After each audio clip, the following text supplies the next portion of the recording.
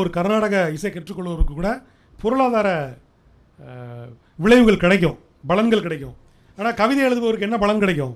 இந்த போர் கொஞ்சம் பெருசாக இருந்தால், இன்னும் 2 நாடுகள் பங்கேற்றிருந்தா, இது ஒரு 3ஆம் உலகப் போராக மாறி இருந்தால் இன்னும் மரணம் சமீபித்திருக்கும். மனிதனை வழிநடத்தக்கூடியது மொழி தான், சொல் தான். உண்மையா இல்லையா? கவிதையில் நிறைய பேர் இன்னும் ஒருமை பன்மை ஒற்றுப்படையோடு தான் நிறைய பேர் தமிழில் கவிதை எழுதிட்டுருக்கிறாங்க. மிகச்சிறந்த கவிஞர்கள் கூட தப்பெல்லாம் செய்கிறாங்க. எனக்கு விடுதலை வேண்டும், இந்த குரல் கொஞ்சம் வேகமாக இருக்கும் இல்லையா? என்னை மறிக்காதீங்க, நான் போயே தீருவேன் அப்படிங்கிற ஒரு துணி புது கவிதைகளுக்குள் இருக்கும். ஆனால் நவீன கவிதையினுடைய குரல் கொஞ்சம் சன்னமாக ஒலிக்குது. என்னை போக விடுங்கடா ப்ளீஸ். முறையாக இலக்கணம் கற்று பண்டிதத்தன்மையோடு இருக்கிறவர்கள் தான் கவிதை எழுதணும் என்கிற ஒரு மேட்டிமைத்தன்மை, அல்லது ஒரு சிலருக்கு மட்டுமே வாய்க்கக்கூடிய அந்த வாய்ப்புள்ளவர்கள் மட்டுமே கவிதை எழுதணுங்கிற ஒரு நிலை வந்துவிடக்கூடாது என்பதற்காகத்தான் நாம் இந்த புது கவிதை நவீன கவிதை என்கிற ஒரு ஜனநாயகபூர்வமான இடத்துக்கே வந்திருக்கோம். ஒரு கவிதை 18 வயசில் ஒரு பொருள் தரும், 20 வயசில் ஒரு பொருள் தரும், 40 வயசில் ஒரு பொருள் தரும், 60 வயசில் ஒரு பொருள் தரும்.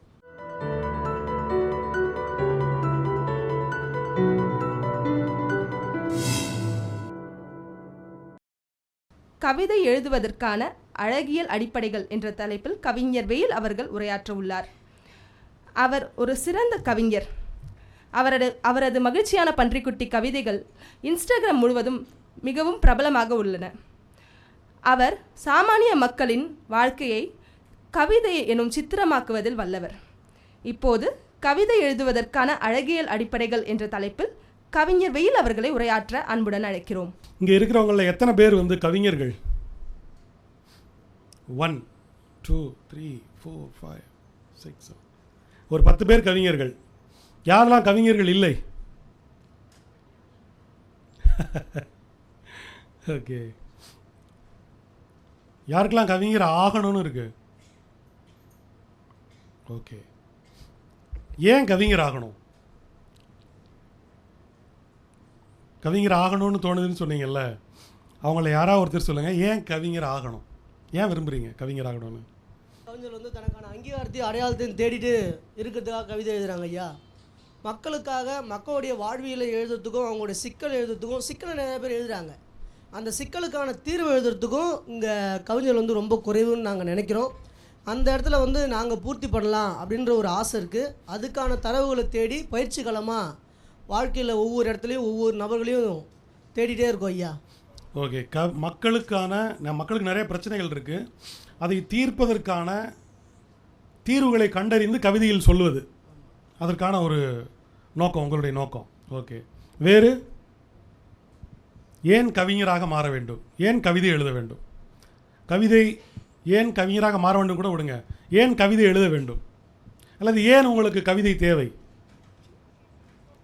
சொல்லுங்கள். கவிதைங்கிறது முதல்ல வெளிப்பாடு, எக்ஸ்பிரஷன். முதல்ல பேசணும் நீங்கள். வணக்கம் சார். வணக்கம். என் பேர் கண்ணம்மாள். கவிதை ஏன் எழுதணும் அப்படின்னு பார்த்தீங்கன்னா, நவீன கவிதைகள் மூலமா 2 வரியிலே நம்ம என்ன சொல்ல வருமோ மக்களுக்கு சொல்லிடலாம் எளிமையாக. அது ஒரு வழியாக இருக்கட்டும், ஒரு உணர்ச்சியாக இருக்கட்டும், ஒரு சமூகத்தில் நடக்கிற விஷயமாகட்டும், எதுவாக இருந்தாலுமே நம்ம கவிதையில் 2 வரியில் சொல்லிடலாம். அது ரொம்ப அழகாகவும் இருக்கும், அவங்களுக்கு ஒரு வழியை ஏற்படுத்தும், அது மூலியம் நன்மையும் கிடைக்கும். உங்களுக்கு அப்படி ஏதாவது கவிதையின் மூலமாக நன்மை கிடைச்சிருக்கா? இருக்கு. ஏதாவது சொல்ல முடியுமா உங்களுக்கு கிடைச்ச நன்மையை? யோசிச்சுட்டு சொல்லட்டுமா? ஓகே.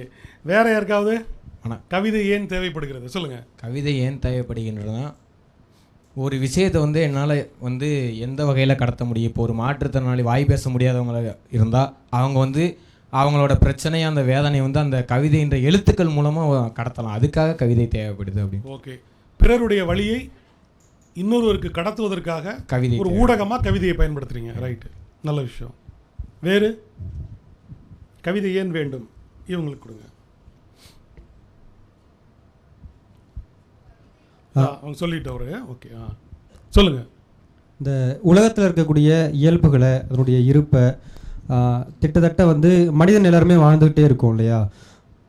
இதில் இருக்கக்கூடிய சின்ன சின்ன நுணுக்கங்கள், தன்மைகள், ஒரு மனிதனுடைய உள்ளார்ந்து அவனுடைய புறம் சார்ந்து இருக்கக்கூடிய விஷயங்கள், இது எல்லாத்தையுமே வந்து ரொம்ப நுணுக்கமாக அழகாக ஒரு சொற்களின் வடிவில் கொடுக்கக்கூடியதாக ஒரு கவிதை தேவைப்படுது. என்னை ஏதோ ஒரு வகையிலையோ இல்லை அதை வாசிக்கக்கூடியவங்கள ஏதோ ஒரு வகையிலையோ வந்து அது ஒரு சின்ன அசைவையாவது அது ஏற்படுத்தும். அதுக்காக கவிதை தேவைப்படுது. ஓகே, வேற நீங்கள் நீங்களே சொல்லுங்கள். ஸோ கவிதை எதுக்காக அப்படின்னா 2 காரணம் சொல்லலாம். ஒன்று வந்து நம்மளுடைய கற்பனை திறனை வந்து வளர்த்துக்கிறதுக்காக, நம்ம எவ்வளோ ஆழமாக சிந்திக்கிறோங்கிறத நம்ம வெளிப்படுத்துறதுக்கான ஒரு காரணம். இன்னொன்று வந்து இன்னைக்கு நம்ம ரொம்ப வேகமாக போயிட்டுருக்க நேரத்தில் நமக்கு நிறைய டைம் இருக்க மாட்டேங்குது. நம்ம நியூஸே வந்து நிறைய ஒரு 30 செகண்ட் ஷார்ட்ஸில் பார்த்து நிறைய விஷயங்களை நம்ம தெரிஞ்சுக்கிறோம். அப்படி இருக்கும்போது உரைநடை மூலமாக நம்ம ஆழமாக சொல்ல வேண்டிய ஒரு கருத்தை கற்பனையாலையும் அதை ஒரு சிறந்த சொற்களினுடைய பயன்பாட்டினாலையும் கவிதையின் மூலமாக சிறப்பாக சொல்லலாம்னு நினைக்கிறேன். அதனால பரபரப்பான ஒரு வாழ்க்கை, இதுக்கு இடையில ஒரு சின்ன இளைப்பாறுதலாக ஒரு கவிதை, என்னுடைய கற்பனையின் மூலமாக இன்னொருவரை இளைப்பாறச் செய்தல் அப்படின்னு ஒரு நோக்கம் சொல்கிறாங்க. வேற ஏதாவது இருக்கா? சொல்லுங்கள் சார். ஒரு மனுஷனோட உணர்ச்சியை தூண்டி விடுறதுல கவிதை வந்து முக்கியமான ஒரு பங்கு வகிக்குது சார். ஓகே, எல்லாருக்கும் நல்லா தெரிஞ்ச ஒரு கவிதை பாரதியாரோடது, அந்த தேடி சோறு நின்று அப்படின்ற ஒரு கவிதை இருக்குங்களேங்க சார். ஆமாம். அதை படித்து முடிக்கிறப்போ ஒருத்தன் நான் சாதாரணமான ஆள் இல்லைடா, நான் வேற ஒரு ஆள், நான் ரொம்ப யூனிக்கான ஆள் அப்படிங்கிறது வந்து எல்லாருக்கும் புரிய வரும். அதுக்கப்புறம் வந்து சினிமாவில் பாடல் எழுத போகிறவங்களுக்கு கவிஞர் ஆகிறது அப்படிங்கிறது ஒரு நல்ல ஒரு வாய்ப்பாக இருக்கும், ஒரு விசிட்டிங் கார்டாக இருக்கும். Yes sir. ஓகே, ரொம்ப ஃப்ராங்காக சொல்லியிருக்காரு. 2 விஷயம்னா, ஒன்று பாரதியினுடைய தேடிச்சோறு நிதம் தின்று அப்படிங்கிற அந்த கவிதையை வந்து உச்சரிக்காத ஆளே இல்லை இல்லையா? வீழ்வேன் என்று நினைத்தாயோ, ஆட்டோ பின்னாடி, பைக் பின்னாடி இல்லையா, மொபைலில் எல்லா இடத்துலையும் அந்த சொல் இருக்குது. அப்போ அந்த சொல் வந்து உணர்வெழுச்சி தரக்கூடியதாக இருக்குது மனிதர்களுக்கு. அதனால் அது முக்கியம், கவிதை முக்கியம் சார் அப்படின்னு சொல்கிறாரு. அண்ட் இன்னொன்று சொல்கிறாரு, திரைப்பட பாடல் எழுத போகிறதுக்கு கவிதை ஒரு முக்கியமான விசிட்டிங் கார்டாக இருக்கும் அல்லது நுழைவாயிலாக இருக்கும்னு சொல்கிறாரு.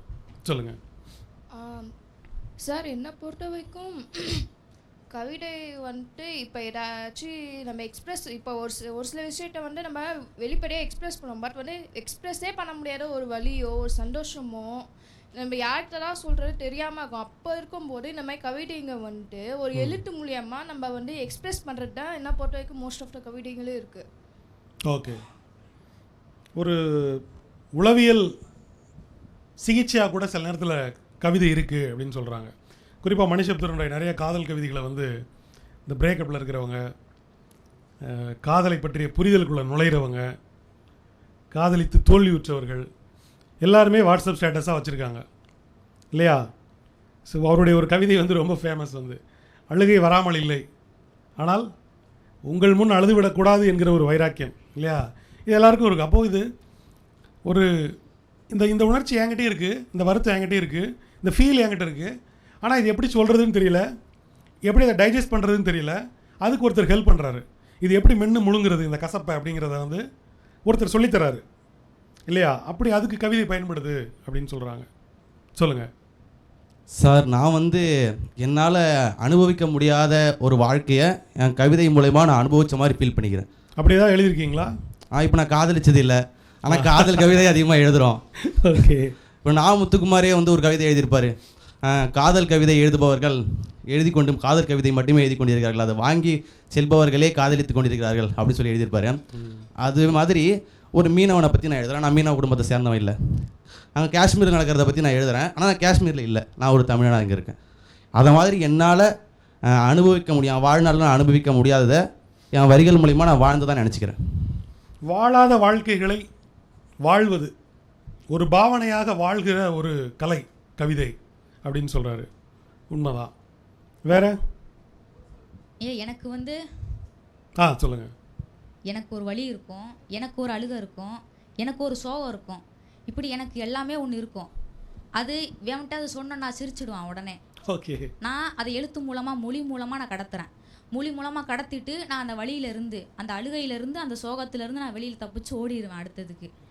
அந்த கவிதையை அந்த மொழியில் நான் கடத்திட்டு போகிறேன்ல, அதை படிக்கிற ஒருத்தன் வந்து அவனுக்கு ஒரு வழி இருக்கும்ல, அதை படித்து அவன் ஒரு ஆறுதல் அடைவான். ஆறுதலுக்காக ஒரு கவிதை, புரட்சிக்காக கவிதை அப்படின்னு நான் பார்க்குறேன். பிரமாதம். அவங்க என்ன சொல்கிறாங்க, எனக்கு ஒரு துயரம் வந்தால் நான் யார்ட்டையா போய் இது சொன்னா இல்லை அழுதா ஒருத்தன் கிண்டல் பண்ணுவான், சிரிப்பான். ஆனால் அதையே அந்த கண்ணீரை நான் ஒரு ஆர்ட்டாக மாற்றினேன்னா அது எனக்கும் அந்த துயரத்தை கடந்து போகிறதுக்கு உதவுது. இன்னொன்று, அவன் ஒரு துயரத்தில் இருக்கும்போது நான் உருவாக்கின அந்த ஆர்ட் அவனுக்கும் ஆறுதலாக இருக்குது அப்படின்னு சொல்கிறாங்க. இது ஒரு முக்கியமான பாயிண்ட் தான் கவிதையில். வேற ஓகே, அப்போ கவிதை என்பது என்ன, கவிதை ஏன் எதுக்கு பயன்படுது அப்படிங்கிறப்போ இப்படியெல்லாம் ஒரு பெர்ஸ்பெக்டிவ் இருக்குது. எந்த பொருளும் காரணம் இல்லாமல் இந்த உலகத்தில் நீண்ட நாள் இருக்க முடியாது இல்லையா? தேவையில்லாமல் ஒரு பொருளை நம்ம கையில் வச்சுருப்போமா? இல்லை. எதுவாக இருந்தாலும் ஒரு தேவை இருக்கணும். எஸ். ராமகிருஷ்ணன் அவருடைய ஒரு இன்டர்வியூவில் சொல்லியிருப்பார், ஒரு குற்றாலம் கவிதை பயிற்சி பற்றி நடந்துக்கிட்டு இருக்கிறப்ப கவிஞர் நகுலன் ஒரு வெத்தலை காம்பை கிள்ளி ஒரு வெத்தலை போட்டுட்டு இருக்கும்போது ஒரு காம்பை எஸ். ராமகிருஷ்ணன்ட்ட கொடுத்துருக்கிறாரு. அப்புறம் நிகழ்வு நடந்துகிட்டே இருந்திருக்கு. ஒரு 2 மணி நேரம் கழித்து டீ சாப்பிட போகிறப்ப உங்கள் கையில் ஒரு வெத்தலை காம்பு கொடுத்தேனே எங்கே அப்படின்னு கேட்டிருக்காரு. தெரியல, நான் அதை அப்படியே தூக்கி போட்டேன் அப்படின்னு சொல்லியிருக்காரு. அப்போ நகுலன் கேட்டிருக்கிறாரு, நமக்கு பயன்படாத எதையும் நம்ம கையில் வச்சுக்கிறது இல்லை அப்படின்னு கேட்டிருக்கிறாரு. ஒரு சின்ன சம்பவம் தான் அது. ஆனால் அது நமக்கு உணர்த்துவது என்ன அப்படின்னா, பயன்படாத எது ஒன்றையும் நாம் கையில் தூக்கிட்டு போகிறது கிடையாது.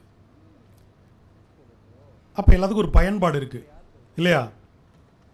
இந்த பயன்பாடுங்கிறது ஒரு வகையில் ரொம்ப நல்ல பார்வை, இன்னொரு பக்கம் ரொம்ப மோசமான பார்வை. சதீஷ்குமார் சீனிவாசன்கிறவருடைய ஒரு கவிதை நினைக்கிறேன், நினைவில் இருந்து சொல்கிறேன். நீ ஏன் ஆகாயத்தை பார்க்குற, என்ன காரணம் அப்படின்னு கேட்பாங்க. அப்போ அந்த கவிதை முடியும், இந்த உலகம் எப்படி தெரியுமா மோசமாச்சு, எல்லாத்துக்கும் ஒரு காரணம் தேடுறோம் பார்த்தீங்களா, அதெல்லாம் அந்த உலகம் மோசமாச்சுன்னு அந்த கவிதை முடியும். நான் கரெக்டாக அந்த கவிதை வரியோடு சொல்லலை, பட் அதனுடைய கண்டென்ட் இதுதான். எல்லாத்துக்கும் ஒரு காரணம் தேவை, எல்லாத்துக்கும் ஒரு பயன்பாடு இருக்கணும்னு நினைக்கிறோம். ஒரு வகையில் அது சரியான பார்வை, ஒரு வகையில் அது தப்பான பார்வை. சரி, இப்போ நம்ம கவிதை மனிதனிடம் எப்படி சேர்ந்தது அப்படிங்கிற ஒரு சின்ன ஒரு புள்ளியை தொட்டுட்டு நம்ம அப்படியே முன்னேறி போகலாம், அழகியலை நோக்கி போகலாம். கவிதை என்கிற ஒரு கலை வடிவம் எப்போ மனுஷன்ட்ட சேருது? மனிதனுடைய ஆதிக்கலை, மனிதன் கண்டுபிடித்த அல்லது மனிதன் புழங்கிய ரொம்ப மூத்த கலை எது தெரியுமா? தெரியுமா இருக்காது? என்னவா இருக்க வாய்ப்பு இருக்கு? மிக மூத்த கலை ஓவியம். சரி, வேற? ஓவியம்னு அவர் சொல்றாரு, நாடகம், இசை, ஓகே, ஸ்டோரி டெல்லிங், ஓகே. கவிதை ரொம்ப பின்னாடி தான் வருது இல்லையா? கவிதை மொழியின் ராணி இல்லையா, எல்லாம் சொல்லுவோம். ஆனால் ரொம்ப பின்னாடி தான் வருது அப்படின்னு நீங்களே சொல்கிறீங்க. உண்மைதான். மனிதர்கள் மிக முன்பாகவே ஓவியத்துக்குள் விட்டார்கள், இசைக்குள் விட்டார்கள். சொல்லப்போனால் நாட்டியம், நாடகம்னா எக்ஸாக்டாக இன்றைக்கி இருக்கிற வடிவத்துக்கு இல்லை, அதுக்கு முந்தைய வடிவம். அவங்க சொன்னாங்களே ஒரு ஸ்டோரி டெல்லிங் என்கிற வடிவத்துக்குள்ளே வந்துட்டாங்க. எப்படி? மனிதன் வேட்டையாடி தன்னுடைய கைகளில் நிறைந்திருந்த ரத்தத்தை ஒரு பாறையிலையோ இல்லை இன்னொரு முதுகிலையோ வைக்கும் பொழுது அந்த கை என்கிற சித்திரம் படியுது. உருவம் பற்றிய ஒரு பிரக்னை ஏற்படுது மனிதனுக்கு. தன்னுடைய கால்கள் சேற்றில் பட்டு ஒரு பாறையிலையோ அல்லது ஒரு சமதளமான ஒரு இடத்துல போய் மறுபடி கால் பதிக்கும் போது அந்த கால் தடம் அவனுக்கு கிடைக்குது. உலகத்தில் 40,000 50,000 ஆண்டுகளுக்கு முந்தைய குகை பாறை ஓவியங்களில் இந்த கை அச்சுகள் அளவுக்கு அதிகமாக காண கிடைக்குது. இன்னும் சொல்லப்போனால் பாறை ஓவியங்கள், குகை ஓவியங்கள், கேவ் ஆர்ட், ராக் ஆர்ட்னு சொல்லுவாங்க. வண்ணங்களால் கொண்டு, அதாவது மிருக கொழுப்புகள், சில மூலிகை சாறுகள், சில மண் பொடிகள், இதெல்லாம் வச்சு உருவாக்கின கலர்ஸை வச்சு ஃபில்டு ஓவியங்கள் நிறைய வரைஞ்சிருக்கிறாங்க. இன்னொன்று, அம்பு இருக்கு இல்லையா, வேட்டைக்கான அம்பை பாறையில் தீட்டும்போது அது தன்னளவில் ஒரு உருவாகும். குச்சியாக ஏதோ ஒன்று, ஸ்டார் மாதிரியோ ஏதோ ஒன்று உருவாகும். அப்போ அதில் ஒரு பிரச்சனை கிடைக்குது அவனுக்கு. ஸோ இப்போ என்ன பண்ணுறான், ஓவியத்தை அவன் ரொம்ப முன்னாடியே கண்டுபிடிக்கிறான். ஓவியங்களை ரொம்ப முன்னாடி கண்டுபிடிக்கிறான். தாளத்தையும் அப்படி தான் கண்டுபிடிக்கிறான். தாளம் என்பது மனிதனுடைய படபடப்பான இதய துடிப்பிலிருந்தே ஆரம்பிக்குது இல்லையா? இன்னும் சொல்லப்போனால் மனிதன் முதலாக கேட்குற இசை என்பது தம் தம் தம் தம். இந்த இசை நம்ம லயம், கருவறையில் இருக்கும் பொழுதே இந்த லயம் நமக்கு பழக்கப்பட்ட லயம் இல்லையா? ஆனால் இசை என்பதும் மிக மூத்த ஒரு கலை வடிவமாக மனிதனுக்குள் விட்டது. மொழி உருவாகாத காலகட்டத்தில் மொழியே உருவாகாத காலகட்டத்தில் ஒருத்தருக்கு ஒருத்தர் இன்னொருத்தர் செய்தி சொல்லக்கூடிய செய்தி சொல்லணுங்கிறப்போ அவர்கள் பயன்படுத்தியது தான் ஓவியங்கள், பாறை ஓவியங்கள், குகை ஓவியங்கள். ஒரு இன்ஃபர்மேட்டிவான ஒரு டூலாகவும் அது இருந்திருக்கு. அதே சமயத்தில் அந்த 40,000-50,000 ஆண்டுகளுக்கு முன்பு அழகியல் என்கிற ஒரு சொல்லோ ஒரு கோட்பாடோ ஒரு சிந்தனையோ உருவாத காலகட்டத்தில் தன் இயல்பிலேயே மனிதன் கலைநயம் மிக்கவனாக, அழகியல் மனம் மிக்கவனாக இருந்திருக்கான். அதற்கான எடுத்துக்காட்டு தான் அந்த ஓவியங்கள். ஏன்னா வெறும் இன்ஃபர்மேட்டிவாக மட்டும் இல்லை பாறை குகை ஓவியங்கள், அழகுக்காக வரையப்பட்ட ஓவியங்களும் இருக்குது. அப்போது பிக்காசோ சொல்கிற மாதிரி மனிதன் பிறக்கும்போது கலைஞனாகவே பிறக்கிறான். அவன் வளரும்போது அந்த கலைஞனை எப்படி காப்பாற்றிக் கொள்வது என்பதில் தான் பிரச்சனை இருக்குது. ஏனெனில் நமக்கு பிறக்கும்போது குழந்தையின் கண்கள் இருக்குது இல்லை, எல்லாத்தையும் நம்ம ஆச்சரியத்தோடு பார்க்குறோம், எல்லாத்தையும் தொட்டு பார்க்குறோம், எல்லாத்தையும் வியந்து பார்க்குறோம். ஆனால் ஒரு குறிப்பிட்ட காலம் வயது வரும்பொழுது நாம் எதையுமே வியந்து பார்க்குறதில்ல. வியந்து பார்க்குறதுல தான் கலையின் அடிப்படையே இருக்குது. வியத்தல் என்பது மிக முக்கியமான ஒரு அடிப்படை கலைக்கு, அழகியல் உணர்ச்சிக்கு. ஒரு ஃபேமஸான கவிதை உண்டு, யார் அறிவார் மனிதனின் இதயத்தின் எவ்வளவு ஆழத்தில் அழகியல் உணர்ச்சி இருக்கிறது என்று, ஏன் போர் வீரர்கள் கேடயங்களில் ஓவியம் வரைகிறார்கள் என்று யார் சொல்ல முடியும்? போருக்கு போகிறவன் கேடயங்களில் ஏதோ ஒரு வரைகிறான், மனைவியின் முகத்தையோ காதலின் முகத்தையோ பிள்ளையின் முகத்தையோ வரைகிறான். இது எல்லாமே உணர்ச்சி வெளிப்பாடு, அதனுடைய அழகியல் வெளிப்பாடு. இப்படி மொழி உருவாகாத காலகட்டத்திலேயே தன்னுடைய உடல் மொழி மூலமாக தான் எப்படி வேட்டையாடணுங்கிறத அவன் சொல்கிறான். அதிலிருந்து நடனம் பிறக்குது, கதை பிறக்குது, நாடகம் பிறக்குது, நடிப்பு பிறக்குது, மெய்ப்பாடுகள் உருவாகுது. கவிதையை தவிர பிற எல்லா கலைகளுமே ஆல்ரெடி உருவாயிடுச்சு. அப்போ கவிதை எப்போ உருவாகுதுன்னா மனிதன் மொழியை கண்டுபிடித்ததற்கு பிறகு. பேசுமொழி கண்டுபிடிக்கப்பட்ட பொழுது பாடல் உருவாயிடுச்சு, சந்தம் உருவாயிடுச்சு, சவுண்டு உருவாயிடுச்சு.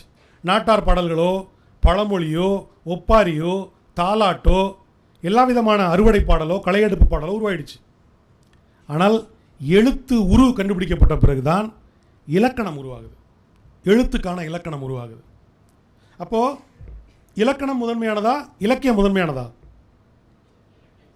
இலக்கியம் இல்லையா? அப்போது இந்த எழுத்து உருவானதற்கு பிறகு உருவான ஒரு கலை தான் இந்த கவிதை என்கிற ஒரு கலை. இப்போ இந்த கவிதை என்பதனுடைய துவக்கம் எப்படி இருக்குது அப்படின்னா இசைமையோடு இருக்குது, இலக்கணத்தோடு இருக்குது. நம்ம உதாரணமாக சொல்லணும்னா நம்ம காலகட்டத்தை தமிழ் பாரம்பரியத்திலேருந்து சொல்லணும்னா நம்முடைய தொல்காப்பியம் மிக மூத்த நூல், அது கவிதை வடிவில் எழுதப்பட்டிருக்கு இல்லையா? அது ஒரு இலக்கண நூல், ஆனால் இலக்கிய வடிவத்தில் எழுதப்பட்டிருக்கு. பிறகான சங்க இலக்கிய கவிதைகளை எடுத்துக்கலாம், அது எல்லாமே இலக்கண சுத்தமாக எழுதப்பட்டவை இல்லையா? அதற்கு பிறகு வந்த பக்தி இலக்கிய காலகட்டம், காப்பிய இலக்கிய காலகட்டம், அதற்கு பிறகான சிற்றிலக்கிய காலகட்டம், பாரதி வரைக்குமே கூட சந்தமும் நீங்கள் இலக்கணத்தில் சொல்லப்படுகிற எதுகை மோனை இயைபு எல்லாமே முறையாக எழுதப்படுகிற கவிதைகளாக இருந்தன. பாரதி வரைக்குமே பாரதியை உடைக்க ஆரம்பிக்கிறான், வசன கவிதை எழுத ஆரம்பிக்கிறான், சந்தத்தை நீக்கிட்டு இலக்கணங்களை நீக்கிட்டு எழுத ஆரம்பிக்கிறான். ஏன் அப்படி எழுதணும் அவன்? பாரதி ஏன் தான் சந்தத்தையோ மரபின் சுமைகளையோ ஏன் நீக்கணும் சொல்லுங்க? எளிமையாக மக்களுக்கு புரியணும். சபை கவிதைகளாகவே இருந்து விடக்கூடாது. ஒன்று செய்யுள் யாருக்குமே புரியாது இல்லையா? அதை விளக்கி சொல்ல ஒருவர் வேணும், ஒரு உரைநடை வேணும். ஆனால் பாரதியினுடைய கவிதைகள் நேரடியாக மக்களை சென்றடைகிறது. அப்போது கவிதை ஜனநாயகப்படுத்தப்படுது இல்லையா? ஜனநாயகம் என்பது ஒரு அரசியல் சொல். அப்போது கவிதைக்கும் அரசியலுக்கும் தொடர்பு இருக்கா? தொடர்பு இருக்கா? இருக்கு. ஏனென்றால் எந்த ஒரு கலை வடிவமும் அந்த சமூகத்தினுடைய அரசியல் சமூக பொருளாதாரத்தினுடைய விளைவுகளால் பாதிக்கப்படக்கூடிய ஒரு கலை வடிவம் தான். ஏன் சங்க காலத்தில் காதலும் வீரமும் கவிதைகளாக நிறைந்திருந்தன? பிறகு ஏன் நீதி இலக்கியங்கள் பெருகின? பிறகு ஏன் பக்தி இலக்கியம் பெருகியது? பிறகு ஏன் காப்பி இலக்கியம் வந்தது? பிறகு ஏன் சிற்றிலக்கியம் வந்தது? பிறகு ஏன் பாரதி வந்தான்? ஏன் பிறகு பாரதிதாசன் வந்தார்? பிறகு ஏன் வானம்பாடி மரபு, எழுத்து மரபு, இன்னும் பல்வேறு இயக்கங்கள் மூலமாக கவிதை இப்படி நீண்டு கொண்டே போகிறது. தன்னுடைய முகத்தை, உடலை, குரலை, தன்மையை மாற்றிக்கொண்டே போகிறது என்றால் அது அந்த சமூகத்தில் நிகழ்ந்து கொண்டிருக்கின்ற அரசியல், பொருளாதார, சமூக, பண்பாட்டு மாற்றங்களால் நிகழுது. எனவே கவிதை என்பது தனித்து இயங்கக்கூடிய ஒரு துறை அல்ல. ஏனென்றால் கலையை உருவாக்குபவன், தொடர்ந்து முன்னெடுத்து செல்பவன் இந்த சமூகத்தில் இருக்கிறான், அவன் அரசியலில் இருக்கிறான், பொருளாதாரத்தோடு தொடர்புடையவனாக இருக்கிறான். எனவே அவன் இந்த தலைகளிலிருந்து விடுபட முடியாது. எனவே அது கலைகளையும் பாதிக்கும். அதனால் இந்த ஒட்டுமொத்த கவிதையினுடைய பெரும் பயணத்தை நீங்கள் எடுத்துக்கிட்டிங்கன்னா இது பெரிய ட்ராவல். அதை பற்றி பேசுகிறதுக்கு மட்டுமே நமக்கு சில வாரங்கள் தேவைப்படும். கவிதையினுடைய பயணம், தமிழ் கவிதையினுடைய பயணம் 2000-3000 ஆண்டுகால பாரம்பரிய இந்த கவிதை பயணத்தை சொல்கிறதுக்கே ரொம்ப ஒரு பெரிய டாபிக் இது. சரி, நம்ம பாரதிக்கு பிறகு அப்படின்னு எடுத்துக்கிட்டா உடைத்து எழுதுகிறான். இதில் இன்னொன்று நம்ம பார்க்கணும். பாரதி வரும் பொழுது அச்சு இயந்திரங்கள் வந்தாச்சு, எல்லோரும் படிப்பதற்கான பத்திரிகைகள் வந்தாச்சு. அதுதான் மிக முக்கியமானது. செய்தித்தாள் வரவில்லை என்றால், ஒருவேளை யூரோப்பியன் பிரிண்டிங் மிஷின்ஸ் இங்கே வரலைன்னா, ஊடகங்கள் பெருகலைன்னா, ஷெல்லியோ பைரனையோ ஆங்கில இலக்கியங்களையோ சீன ஹைக்கூ கவிதைகளையோ பாரதி வாசிக்காமல் போயிருந்தால் அவனும் உரைநடை கவிதையின் பக்கம் வந்திருக்க மாட்டான் இல்லையா? அவனுக்கு தெரியுது ஐரோப்பிய நாடுகளில் கவிதை சாதாரண மனிதர்களுக்கான இருக்கிறது என்கிறது அவனுக்கு புரிகிறது. உலகளாவிய ஒரு பெரும் வாசிப்பிற்கு பிறகு பாரதி தமிழ் மரபு கவிதைகளை மக்களை நோக்கி இலக்கண உடைப்பு செய்து எடுத்துகிட்டு போகிறான். பிறகு ஒரு பெரிய மரபு வருது. மெல்ல மெல்ல மெல்ல மெல்ல அதிலிருந்து புதுக்கவிதையிலும் கூட கொஞ்ச நாள் சந்தம் இருந்தது, பாரதியிடம் கொஞ்சம் சந்தம் இருந்தது, எல்லாத்திலையுமே கொஞ்சம் மிச்சமாக சந்தம் இருந்து கொண்டே வந்தது. ஒரு கட்டத்திற்கு பிறகு அது முற்றிலுமாக துண்டிக்கப்பட்டு விட்டது. இன்னும் சொல்லப்போனால் அதற்கு பிறகு வந்த 2 மரபு, வானம்பாடி எழுத்து மரபு என்கிற 2 மரபு உண்டு. ஒன்று வானம்பாடி மரபில் கூட கடைசி வரைக்குமே கூட கொஞ்சம் சத்தம் இருந்தது, கொஞ்சம் சந்தம் இருந்தது. ஆனால் எழுத்து மரபு முற்றிலுமாக அந்த சத்தம் இழந்தது. சத்தம் இழந்த கவிதைகளை மௌன வாசிப்பிற்கான கவிதைகள் எழுதப்பட்டன. ஏன் அப்படிங்கிற கேள்வி வருது. அப்போ பாரதியினுடைய காலம் என்பது சுதந்திர போராட்ட காலம் இல்லையா? அதற்கு பிறகான பாரதிதாசனுடைய காலம், அதற்கு பிறகான காலம் என்பது தமிழ்நாட்டிலே திராவிட இயக்கங்கள் எழுச்சி பெற்ற ஒரு காலம், மொழிப்போர் உச்சத்தில் இருந்த ஒரு காலம். அப்போ அதற்கான கவிதைகள் எழுதப்பட்டன. மேலும் ரஷ்யா என்கிற ஒரு கம்யூனிச தேசம் உடைந்த பொழுது உலகம் முழுக்க இருக்கக்கூடிய புரட்சி என்கிற ஒரு சித்தாந்தத்தின் மீது ஒரு பெரிய கேள்வி எழுந்தது. இனி புரட்சி வருமா? புரட்சிக்கு இனிமே வேலை இருக்கா? எல்லோருமே நம்பிக்கை இழந்தார்கள், எல்லா தத்துவத்தின் மீதும் நம்பிக்கை இழந்தார்கள். 2 உலகப்போர் நிகழ்ந்திருக்கு. இந்த 2 உலகப்போர் நிகழ்ந்ததுக்கப்புறம் ஒரு பெரும் ஒரு உளவியல் உருவானது, ஒரு தேடல் உருவானது, ஒரு புரிதல் உருவானது. அது என்னன்னா, மனிதன் பேரறிவு கொண்டு வளர்ந்து விட்டான், ஆனால் அந்த அறிவால் பெரிய பிரயோஜனம் ஒன்றுமே இல்லை. ஏனென்றால் அந்த அறிவால் அவன் அதிகபட்சமாக சாதித்தது ஒரு பெரிய அணுகுண்டை உருவாக்கி இன்னொருவன் தலையில் போட்டது. நாடு நாடாக போர்கள் நடந்து லட்சக்கணக்கான மனிதர்கள் அழிந்தது. இவ்வளவு அறிவு பெற்ற மனிதன் இவ்வளவு பெரிய அழிவை உருவாக்க முடியும் என்றால் இந்த அறிவே மிக ஒவ்வாமைக்குரியது என்கிற ஒரு கருத்தும் உருவானது. அதிலிருந்து உருவானதுதான் டாட்டாயிசம், சர்ரியலிசம் போன்ற. சர்ரியலும் இப்போலாம் அடிக்கடி எல்லாருமே பயன்படுத்துகிற வார்த்தையாக அது மாறிடுச்சு. ரொம்ப சர்ரியலாக இருக்குது மாம்ஸ் அப்படின்னு சொல்லி பேசிகிட்டு இருக்கோம் இல்லையா? இந்த சர்ரியல் என்கிற ஒரு இசம், மெய்மெய்மெய்யல்னு சொல்லலாம். அது அந்த சர்ரியலிசம் என்பதெல்லாம் அப்பொழுதுதான் தோன்றுது. புகைப்பட கருவிகள் உருவாகுது. அதாவது அந்த காலத்தில் ஓவியர்கள் மட்டுமே இருந்தாங்க. ஒரு துல்லியமான ஒரு நபரை அப்படியே அந்த முகத்தை வரைகிறதுக்கு ஓவியர்கள் இருந்தாங்க. ஆனால் புகைப்பட கருவி வந்ததுக்கப்புறம் அந்த ஓவியர்களுக்கு வேலையெல்லாம் போச்சு. அவர்களை விட துல்லியமாக புகைப்பட கருவி படம் எடுத்தது. அந்த காலகட்டங்களில் நிறைய ஓவியர்கள் இறந்ததாக சொல்வார்கள், தற்கொலை செய்து கொண்டதாக சொல்வார்கள். அந்த காலகட்டத்தில் ஓவியர்கள் உருவாக்கியதான் அந்த டாட்டாயிசம், சர்ரியலிசம் என்பது. என்னன்னா, ஒரு புகைப்பட கருவி மனிதனின் முகத்தை அல்லது புற உருவத்தை தானே துல்லியமாக படம் பிடிக்க முடியும். மனிதனுடைய அகத்தை, மனிதனுடைய கனவுகளை, மனிதனுடைய உணர்ச்சிகளை படம் எடுக்க முடியாது அல்லவா? நான் அதை வரைவேன் அப்படின்னா, மனிதனுடைய பீரிடும் உள உணர்ச்சிகளை அப்படியே நான் வரைவேன் அப்படின்னா, அங்கிருந்து உருவாகுது அந்த ஓவிய முறைமைகள். அதற்கு பிறகு அதிலிருந்து நிறைய இசங்கள் பெருகி வருது. அப்போது முதல் முறையாக தோன்றிய இடம், அதாவது கவிதை கலை என்பது தோன்றுகிற இடம் என்பது மார்க்சி அடிப்படையில் சொல்லுவாங்க. உழைப்பாளர்கள் உழைத்துக் கொண்டிருக்கும் போது, விதைக்கும் போதே அறுவடையை பற்றிய பாடலை பாடுவது என்பது ஒரு எதிர்காலத்தின் மீதான நம்பிக்கையை விதைக்கும் விதமான ஒரு கனவு பாடலாக அதை உருவாக்குறாங்க. அறுவடை பாடல், விதைக்கும் பொழுதே அறுவடையை பற்றி பாடுகிற பாடல் மூலமாக ஒரு உழைப்பாளிக்கு நம்பிக்கையை ஊட்டுவது என்ற ஒரு தன்மை அதுக்குள்ளே இருக்குது. அப்போ கலை என்பதே நம்பிக்கையை ஊட்டுவது, உங்களுக்குள் ஒரு கனவை விதைப்பது என்பது தான். நான் அடிக்கடி சொல்லுவேன், இன்செப்ஷன் படம் தான் கவிதையை விளக்குவதற்கான ஒரு நல்ல இடம் நான் சொல்லுவேன். இன்செப்ஷன் படம் பார்த்துருக்கீங்களா? எத்தனை பேர் பார்த்துருக்கீங்க? பார்த்தது இல்லையா? ரொம்ப நல்ல படம், நெட்டில் இருக்குது. இன்செப்ஷன், கிறிஸ்டோபர் நோலனுடைய இன்செப்ஷன் அப்படிங்கிற படம். ட்ரீம் ஹண்டர்ஸ் பற்றியான ஒரு படம். ஒருவருடைய இந்த உலகத்திலேயே மனிதர்களை மிக எளிமையாக மாற்றக்கூடிய, வசியம் செய்யக்கூடிய, ஈர்க்கக்கூடிய ஒரு இடம் என்றால் அவருடைய மனம். அவருடைய மனதில் சின்ன ஒரு விதையை போட்டால் போதும், அது மெல்ல வளர்ந்து ஒரு பெரிய காடாக மாறிடும். அது அன்பாக இருக்கலாம், வெறுப்பாக இருக்கலாம். அந்த குறிப்பிட்ட படத்தில் ஒருவருடைய கனவுக்குள் நுழைந்து அவருக்குள் ஒரு கனவை உருவாக்கி அந்த கனவுக்குள் ஒரு கருத்தை உருவாக்கி விட்டு வெளியே வந்து விடுவது. இதான் அந்த படத்தில் கான்செப்ட். அந்த கருத்து வளர்ந்து அது ஒரு பிரச்சனையாக மாறும். அது ஒரு பெரிய கான்செப்ட் அது. ஆனால் ஒரு சினிமா, ஒரு நாடகம், ஒரு கதை, ஒரு கவிதை, ஒரு திரைப்பட பாடல், இதெல்லாம் என்ன செய்யுது அப்படின்னா இதைத்தான் செய்யுது. இப்போ அவங்க சொன்னாங்க இல்லையா, ஏதாவது ஒரு கவிதையினால உங்களுக்கு மாற்றம் நிகழ்ந்திருக்கா? எஸ், நிகழ்ந்திருக்குன்னு சொன்னாங்க இல்லையா? அதுதான். எவ்வளவோ பேர் கவிதைகளால், நாடகங்களால், சினிமாக்களால், பாடல்களால் மாறியிருக்காங்க. ரொம்ப சிம்பிள்.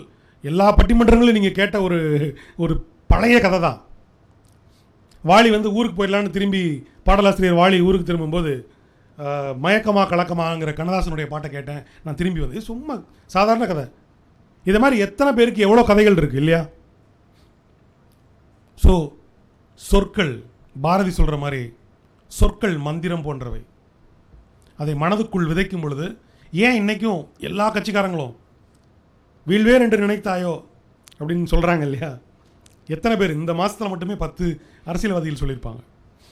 ஏன் அந்த வார்த்தை அவ்வளோ பவர்ஃபுல்லாக இருக்குது? ஒரு சொல்லுக்குள் எப்படி இவ்வளோ சக்தி வருது இல்லையா?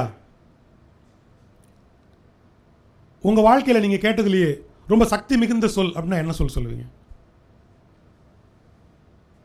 உங்கள் மனசில் உங்களுக்கு பிடிச்ச சொல், ரொம்ப சக்தியான சொல் சார், எனக்கு ரொம்ப பவராக இருக்கும் இந்த சொல் அப்படின்னா என்ன சொல் சொல்லுவீங்க? அப்படிதான் சொல் முதல்ல இருக்கா உங்களுக்கு? அம்மா. எல்லாருக்குமே அது அந்த சொல் பிடிக்கும். அதாவது பூச்சி விலங்குகள் கூட பிடிக்கும் இல்லையா? ரொம்ப உண்மையில். வேற சொல், வாழ்க வளமுடன், நல்ல சொல் தான், பாசிட்டிவான சொல் தான். என்ன பிராண்ட் ஆகும்போது பிரச்சனை, வேற ஒன்றும் இல்லை. ஏதாவது சொல், யாருக்குமே அப்படி ஒரு சொல் இல்லையா?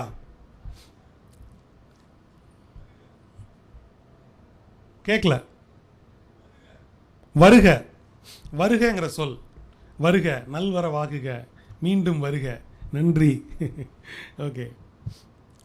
மனுஷபுத்திரன் ஒரு கவிதை தொகுப்புக்கு ஒரு பேர் வச்சார் தெரியுமா? என்ன ஒரு பெரிய புக்கு அது, மிஸ் யூ.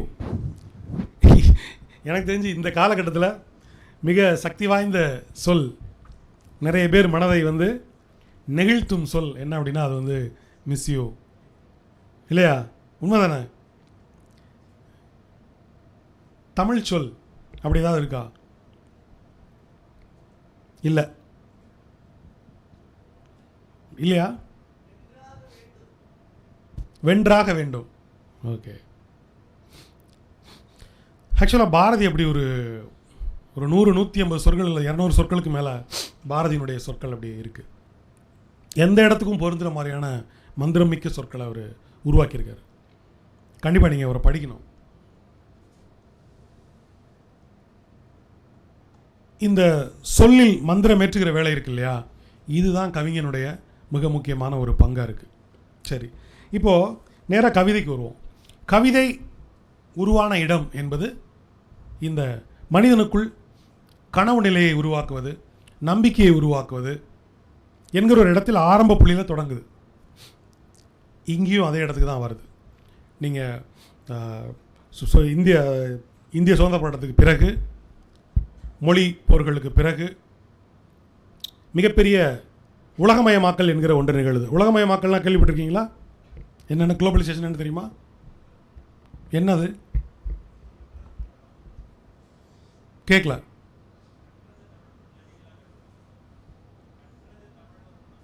கற்றது தமிழ்னு ஒரு படத்தில் ரொம்ப டீட்டெயிலாக காமிச்சிருப்பார் அப்படிங்கிறாரு.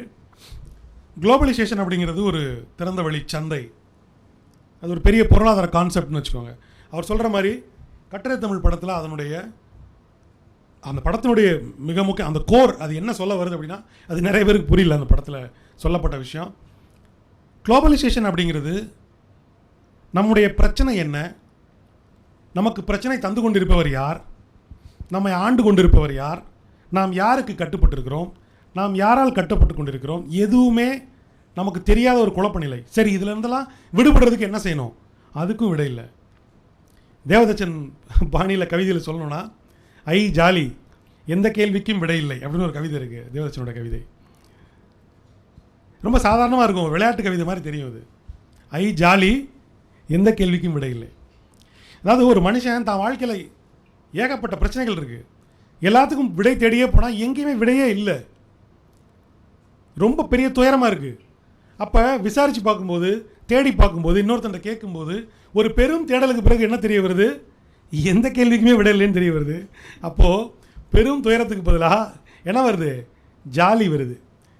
இதுவுமே ரொம்ப பழைய திருவள்ளுவருடைய வரி தான், இடுக்கண் வருங்கால் நகுக என்கிற அதனுடைய மாடர்ன் பேட்டர்ன் தான் வந்து எந்த கேள்விக்கும் விடையில்லை ஐ ஜாலி என்கிற கவிதையாக அது மாறுது. ஆக காலந்தோறும் அரசியல் பண்பாட்டு சூழல் கருதி கவிதையின் முகம் மாறிக்கொண்டே வந்து கொண்டிருக்கிறது. இப்போது அதற்கு என்ன முகம், இந்த காலகட்டத்தில் அதுக்கு எந்த முகம், அது இப்பொழுது பன்முகம் கொண்டு இருக்குது. 30 கோடி முகமுடையால் அப்படின்னு ஒரு வரி இருக்கு இல்லையா, பாரதியோட வரி. 30 கோடி முகமுடையால் என்பதை வந்து 30 கோடி மக்கள் தொகையை கணக்கிட்டு அவர் பாரதி சொன்னார், இந்திய மக்கள் தொகையை வச்சு அப்போ எழுதினார். ஆனால் கவிதைக்கு இன்றைக்கி அது பொருந்தும். கவிதையினுடைய முகம் என்பது என்னவா இன்றைக்கி இருக்குன்னா 30 கோடி முகமுடையாள் என்பதாக அது இருக்குது. அவ்வளோ முகம் இருக்குது அதுக்கு.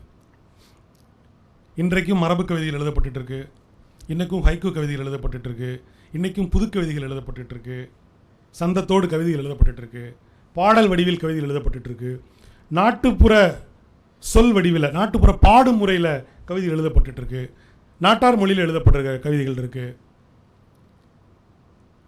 ரொம்ப செவ்வியல் சொற்களாக கோர்த்து எழுதப்படுகிற கவிதைகள் இருக்குது. இப்படி பல்வேறு விதமான கவிதைகள் இன்றைக்கி பெரிய கிடக்குது. கவிதைக்கு என்று ஒரு தனித்த முகம் இன்றைக்கி இருக்கா அப்படின்னா இன்றைக்கி அது இல்லை. ஆனால் அதற்குள்ளும் சில தனித்த முகங்கள் இருக்குது, தனித்த குரல்கள் இருக்குது. அதன் மூலமாகத்தான் ஒரு கவிஞர் புகழ்பெற்ற கவிஞராக அவர் அறியப்படுறார். இன்றைக்கி மனுஷபுத்திரன் இருக்கார் அப்படின்னா, ஒரு இசை என்பவர் ஒரு கவிஞர் இருக்கிறார்னா, ஒரு இளங்கோ கிருஷ்ணன் ஒரு கவிஞர் இருக்கிறார்னா, ஒரு நரன் அப்படின்னு ஒரு கவிஞர் இருக்கிறார்னா, இப்படிலாம் சில பெயர்கள் கேள்விப்படுறோம் அப்படின்னா அவர்கள் இவ்வளவு பெரும் கூட்டத்துக்கு நடுவே ஏதோ ஒன்றை வித்தியாசமாக செய்து, ஏதோ ஒன்றை வித்தியாசமாக சொல்லி அந்த கவிதையை ஒரு தனித்த முகத்தை அதற்கு கொடுத்திருக்கிறார்கள்னு அர்த்தம்.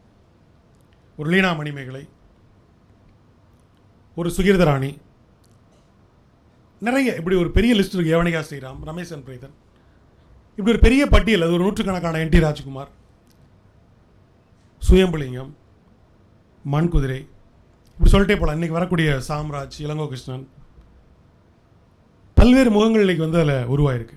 அப்போ இன்றைக்கி மாடர்ன் போய்ட்ரி, புதுக்கவிதை, நவீன கவிதை, புதுக்கவிதை ரெண்டுமே நவக்கவிதை, நவீன கவிதை என்பதை பாரதிக்கும் சொல்கிறோம், இப்போவும் சொல்கிறோம். இது ரெண்டுக்கு என்ன சார் வித்தியாசம்? புதுக்கவிதைக்கு நவீன கவிதைக்கு முதல்ல என்ன வித்தியாசம்? இதுவே நிறைய பேருக்கு புரியாத ஒரு கேள்வியாக இருக்குது. புதுக்கவிதைனா என்ன, நவீன கவிதைனா என்ன? ரொம்ப சிம்பிளாக சொல்லணும் அப்படின்னா, பொதுவாக வானம்பாடி மரபில் எழுதப்பட்ட கவிதைகள் புதுக்கவிதை தன்மையை சேர்ந்தவை. வைரமுத்து அதற்கு சிறந்த உதாரணமாக நம்ம சொல்லலாம். புதுக்கவிதைகள் இதற்கு அதற்கு ஒரு சிம்பிளான வித்தியாசம் சொல்லணும்னா, புதுக்கவிதைகள் தாம் சொல்ல வேண்டியவற்றை முழுமுற்றாக வாசகருக்கு சொல்லிவிடும். ஒரு அறிவுரையைப் போல, ஒரு வழிகாட்டுதலைப் போல, ஒரு முழு கோபத்தை அல்லது முழு மகிழ்ச்சியை, ஒரு முழு ஆங்காரத்தை, முழு கவலையை, எந்த உணர்ச்சியை, கருத்தை, அனுபவத்தை முழுமையாக எந்த விடுபடுதல்களும் இன்றி, வாசகனுக்கு எந்த வேலையும் இன்றி முழுதாக அது சொல்லி கொடுத்து விடும், ஃபீட் பண்ணிடும் மொத்தமாக. ஆனால் நவீன கவிதைகள் அப்படியானவை அல்ல. நவீன கவிதைகள் ஒரு குறிப்பிட்ட அனுபவத்தை, ஒரு குறிப்பிட்ட உணர்ச்சியை, ஒரு குறிப்பிட்ட கருத்தை அல்லது ஒரு குறிப்பிட்ட காட்சியை அது வாசகனுக்கு சொல்லியும் சொல்லாமலும் சொல்லும். நேரடியாக முழுமுற்றாக அது சொல்லாது. அந்த கவிதையில், குறிப்பிட்ட கவிதையில் வாசகனுக்கு ஒரு இடைவெளியை உருவாக்கி வைக்கும். என்ன அப்படின்னா, ஒரு குறிப்பிட்ட கருத்தை சொல்லும்போது அந்த கருத்தில் உடன்படுவதற்கும் உடன்படாமல் போவதற்கும் வாசகனுக்கு ஒரு வெளியை வச்சிருக்கும். அது ஒரு இடம், ஸ்பேஸ் இருக்கும். ஒரு கவிதையின் முடிவை அதுவே சொல்லிவிடாது. அந்த முடிவை வாசகனிடம் கையளிக்கும். இதுதான் நவீன கவிதைக்கும் புது கவிதைக்கும் இடையிலான மிக முக்கியமான ஒரு மெல்லிய கோடு என்பது இதுதான். இன்னும் நிறைய அதில் பண்புகள் இருக்கு, ஆனால் இதுதான் அடிப்படையான பண்புன்னு நம்ம பார்க்குறோம். ஸோ கவிதை, இன்றைய நவீன கவிதை என்பது புதுக்கவிதைக்கு அடுத்த நிலைக்கு வந்த ஒரு மௌன வாசிப்பிற்குரிய கவிதைகளாக அவை இருக்கின்றன. மேலும் மேடை கவிதைகளாகவும் அவை இருக்கின்றன. அதனால தான் சொன்னால் பல்வேறு முகங்கள் கொண்டிருக்கின்றன அப்படின்னு நம்ம வச்சுக்கலாம். சரி, இப்போது இந்த கவிதைக்குள்ளே என்னெல்லாம் இருக்குது? கவிதை என்றால் என்ன அப்படின்னு ஏதாவது ஒரு புரிதல் இருக்கா? கவிதை என்றால் என்ன துல்லியமாக சொல்ல முடியுமா? ஒரு பொருள் குறித்து நம்ம சொல்கிறோம்ல, அது மாதிரி கவிதை என்னன்னு சொல்ல முடியுமா? யாருக்காவது ஐடியா இருக்கா? கவிதை என்றால் என்ன? மொழியின் அழகியல், மொழியை அழகாக பயன்படுத்துவது கவிதை. சார், இதை பற்றி நிறைய பேருக்கு தெரிஞ்சிருங்க சார். சொல்ல வந்து பர்ஃபெக்டாக வச்சோம்னா அது வந்து உரைநடை. சிறந்த சொற்களை சிறந்த முறையில் வச்சால் கவிதை சார். ஓகே, ஒரு விதமான விளக்கம். சொல்லுங்க. சொல்லலை. அவங்கவுங்க ஒவ்வொரு கவிஞர்களும் ஒவ்வொரு எழுத்தாளர்களும் உலகளவில் கவிதை அப்படின்றதுக்கு வந்து நிறைய டெஃபினேஷன் வந்து சொல்கிறாங்க. ஓகே, அதில் அவர் சொன்ன மாதிரி சொற்களை சிறந்த முறையில் வைப்பது வந்து வசனம், சிறந்த சொற்களை சிறந்த முறையில் வைப்பது வந்து கவிதைன்னு கோலாரிஜில் ஆரம்பித்து, கவிதைன்றது தன்னுடைய ஒரு பக்கமாக தன்னுடைய வலப்புறத்தில் வந்து தன்னுடைய உணர்ச்சியை தலை சாஞ்சு படுத்திருக்கக்கூடிய நிலை அப்படின்னு கீட்ஸில் ஆரம்பித்து நம்முடைய கம்பர் வரைக்கும் புவியனுக்கு அணியாய் ஆன்ற பொருள் தந்து புலத்திற்றாகி அபியக துறையில் தாங்கி ஐந்தனை நெறியலாவி சவியுரத்திலிருந்து தன்னென்று ஒழுக்கமும் தழுவி சான்றோர் கவியென கிடந்த கோதாவரியினை வீரர் கண்டார் அப்படின்னு கம்பர் வரைக்கும். அப்புறம் இந்த உள்ளத்தில் உள்ளது கவிதை, இன்பம் உருவெடுப்பது கவிதை, தெல்ல தெளித்த தமிழ் தெரிந்துரைப்பது கவிதை, கவிமணி வரைக்கும் அவங்கவுங்களும் தன்னுடைய விருப்பப்படி கவிதைக்கான ஒரு வரையறை சொன்னாங்களே தவிர இன்னைய வரைக்கும் சரியான வரையறை இதுதான் அப்படின்னு உலக மக்களால் ஏற்றுக்கொள்ளப்படக்கூடிய வரையறைன்னு எதுவும் இல்லை. நீங்கள் ஒரு வரையறை சொன்னால் அதை நீங்கள் ஏற்றுக்கலாம், நானும் ஏற்றுக்கலாம். நானும் ஒரு வரையறை சொன்னால் அது நீங்கள் கண்டிப்பாக ஏற்றுக்கணுன்ற அவசியமும் இல்லை, ஆனால் நான் ஏற்றுப்பேன். நன்றி. ஓகே ஓகே, வேறு யாருக்கா கருத்து இருக்கா? கொடுங்க, சொல்லுங்கள். சொல்ல வேண்டிய விஷயத்தை சொல்ல வேண்டிய முறையில் எடுத்து சொல்லணும். Okay okay.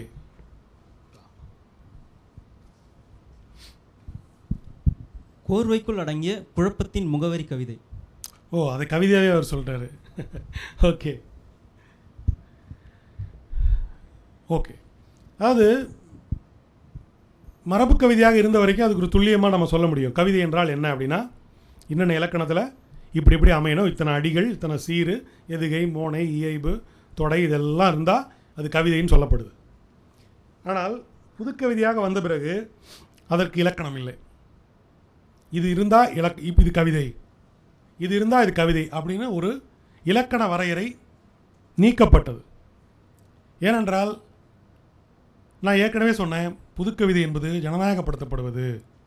ஏனென்றால் கவிதை என்பது எழுத படிக்க இலக்கணம் படித்த பண்டிதர்களுக்கு மட்டுமே ஆன ஒரு கலை வடிவமாக இருந்ததிலிருந்து விடுவித்து சாமானிய மனிதர்களும் எழுதலாம் என்பதற்கான ஒரு அரசியல் நடவடிக்கையாகத்தான் புதுக்கவிதையாக இது மாறுது. எனவே கவிதைக்கான நிரந்தர வரையறை இலக்கணம் என்பது உடைக்கப்படுது. அது ஒரு வகையான மீறல், அது ஒரு வகையான விடுதலை. ஏன்னா இது ஒரு பொறுப்பற்ற தன்மையை யாரும் நினச்சிக்கூடாது. மரபு மீறல் என்பதை நிறைய பேர் என்ன நினச்சிக்கிறாங்கன்னா, மரபாக எழுதப்படுவதுதான் கவிதை, அதன் மூலமாகத்தான் தமிழை காப்பாற்ற முடியும், இலக்கணத்தை காப்பாற்ற முடியும், சந்தத்தை காப்பாற்ற முடியும் இல்லைன்னா நினைக்கிறாங்க. இலக்கணத்தை, இலக்கியத்தை, மொழியை காப்பது எவ்வளவு முக்கியமோ அதே அளவுக்கு அதை பயன்படுத்துகிற மனிதர்களுக்கு அது போய் கொண்டு சேர்க்கப்பட வேண்டும். நியாயமான வரையில் சமூக நீதியோடு கொண்டு சேர்க்கப்பட வேண்டியங்கிறதும் ரொம்ப ரொம்ப முக்கியம். அந்த அரசியல் நடவடிக்கையாகத்தான் கலைகள், குறிப்பாக கவிதை, இலக்கண மீறலை அது நிகழ்த்தியது. எனவே அது ஒரு அரசியல் நடவடிக்கை. ஸோ இப்போது புது கவிதைக்கோ நவீன கவிதைக்கோ ஒரு நிரந்தரமான வரையறை என்பது இல்லை. இதுதான் கவிதை என்று யாருமே சொல்ல முடியாது. நல்ல கவிதை இல்லை என்பதை கூட அறுதியாக யாரும் சொல்ல முடியாது. ஒருவருக்கு நல்ல கவிதையாக இருப்பது இன்னொருத்தருக்கு அது நல்ல கவிதையாக இருக்காது. இன்னொருத்தருக்கு நல்ல கவிதையாக இல்லாமல் இருக்கும், இன்னொருத்தருக்கு நல்ல கவிதையாக இருக்கும். அது ஒரு வாசிப்பவருடைய வயது, அனுபவம், அறிவு, தேர்ச்சி இது எல்லாத்தையும் பொறுத்தது. இன்னொன்று, எல்லா சிறந்த கவிதைகளும் மோசமான கவிதைகள் போலவும் எல்லா மோசமான கவிதைகளும் சிறந்த கவிதைகள் போலவும் தோற்றமளிக்கக்கூடியவை. ஒரு ஆழ்ந்த வாசிப்பின் மூலமாக மட்டுமே நாம் சிறந்த கவிதைகளை கண்டுபிடிக்க முடியும். இந்த டேஸ்டர்ஸ் இருப்பாங்க தெரியுமா, ஒயின் டேஸ்டர்ஸ், ஃபுட் டேஸ்டர்ஸ்லாம் இருப்பாங்க. அவங்களுடைய வேலையே என்னென்னா, நாக்கில் ஒரு சொட்டு வச்சிங்கன்னா கரெக்டாக ரைட், இது சிறந்த ஒயின், இது ஒரு சிறந்த சுவையுடைய ஒரு தேநீர் அப்படின்னு எதையும் டேஸ்டர்னு ஒரு ஒரு ஒரு ப்ரொஃபஷன் இருக்குது. அந்த மாதிரி நிறைய கவிதைகளை வாசித்து வாசித்து வாசித்து ருசிப்பட்ட வாசகர்களுடைய பார்வை இருக்குல்ல, அது தெளிவாக சொல்லும் இது சிறந்த கவிதை, இது சிறந்த கவிதை இல்லை அப்படின்னு. ஏன்னா ஒரு கவிதை முழுக்கவே அந்த கவிஞனுடைய தன்மை நிரம்பி இருக்கணும். ஏன்னா தமிழில் பெரும்பாலாக எழுதப்படக்கூடிய கவிதைகள் இன்னொரு கவிதைகள்லேருந்து இன்ஸ்பயராக எழுதக்கூடிய கவிதைகளாக உள்ள முதல்ல கவிஞர்களாக வர்றவங்க என்ன செய்கிறாங்க, முதல்ல நிறைய கவிதைகளை வாசிக்கிறதன் மூலமாக அவங்களுக்கு ஒரு குறிப்பிட்ட ஒகாபுலரி கிடைக்குது, ஒரு சொற்கூட்டம். ஒரு குறிப்பிட்ட கவிஞர்கிட்ட இப்போது மனுஷபுத்திரன் மட்டுமே ஃபாலோ பண்ணி எழுதுறவங்கள கண்டுபிடிச்சிடலாம். அவங்க எழுதும்போது எப்படியோ தன்னை அறியாமல் அந்த கவிதையை முடிக்கிற விதமோ ஆரம்பிக்கிற விதமோ ஏதோ ஒரு இடத்துலையோ தொனியோ சொல்லோ பொருளோ உள்ளே வந்துடும் இல்லையா. ஒரு வண்ணதாசனை ஃபாலோ பண்ணக்கூடிய ஒருத்தர் எங்கேயோ ஒரு இடத்துல வண்ணதாசனுடைய தன்மையை அவர் கொண்டு வந்துடுவார் அந்த கவிதைக்குள்ளார. இப்படி குறிப்பிட்ட கவிஞர்களை வாசிக்கும்போது ஒரு குறிப்பிட்ட கவிஞருடைய ஒரு சொற்கூட்டத்தினுடைய பாதிப்பு அதுதான் உங்ககிட்ட இருக்கும். அதில் இருக்கக்கூடிய ஒரு 100 சொல்ல வச்சு தான் நீங்கள் கவிதை எழுத ஆரம்பிப்பீங்க. பறந்துபட்டு ஒரு 10-20 பேரோட கவிதையை வாசிக்கிறீங்கன்னா அந்த 10-20 பேருடைய தன்மை அதில் இருக்கும். ஆனால் அது இன்னும் கொஞ்சம் தெளிவில்லாமல் கண்டுபிடிக்க முடியாமல் இருக்கும். இதெல்லாம் பழக்கிட்டு இந்த சொற்களுக்குள்ளேருந்து உங்களுக்குன்னு பிரத்யேகமான சொற்களை நீங்கள் உருவாக்குவீங்க, உங்களுக்குன்னு பிரத்யேகமான ஒரு அனுபவத்தை பேச வருவீங்க. அப்போ தான் அது ஒரு சுயமான ஒரு கவிஞராக ஒருத்தர் உருமாற முடியும். அது வரைக்கும் இந்த போலச் செய்தல், இந்த சொற்கூட்டத்திலிருந்து ஒன்றை எழுதுதல் இதுதான் நடக்கும். இந்த பாதிப்பு தவிர்க்க முடியாது, அது தப்பும் இல்லை. ஒரு கவிதையை தமிழில் கற்றுக்கொள்வதற்கு அதுதான் வழியாக இருக்குது. இங்கு கவிதை முறையாக யாருக்கும் சொல்லிக் கொடுத்து வரதில் ஒரு கர்நாடக சங்கீதம் மாதிரி சாரிலாம் இல்லை இல்லையா. உட்கார்ந்து 16 வருஷம் 20 வருஷம் பயிற்சி கொடுக்குறதுலாம் இல்லை. ஏனென்றால் ஒரு கர்நாடக இசை கற்றுக்கொள்வதற்கு கூட பொருளாதார விளைவுகள் கிடைக்கும், பலன்கள் கிடைக்கும். ஆனால் கவிதை எழுதுபவருக்கு என்ன பலன் கிடைக்கும்?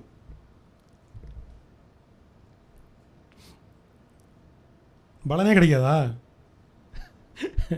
என்ன அப்படி சொல்லிட்டீங்க? கவிதை எழுதுனா எந்த பலனுமே கிடைக்காதா? திருப்தி கிடைக்கும், ஆத்ம திருப்தி கிடைக்கும். ஓகே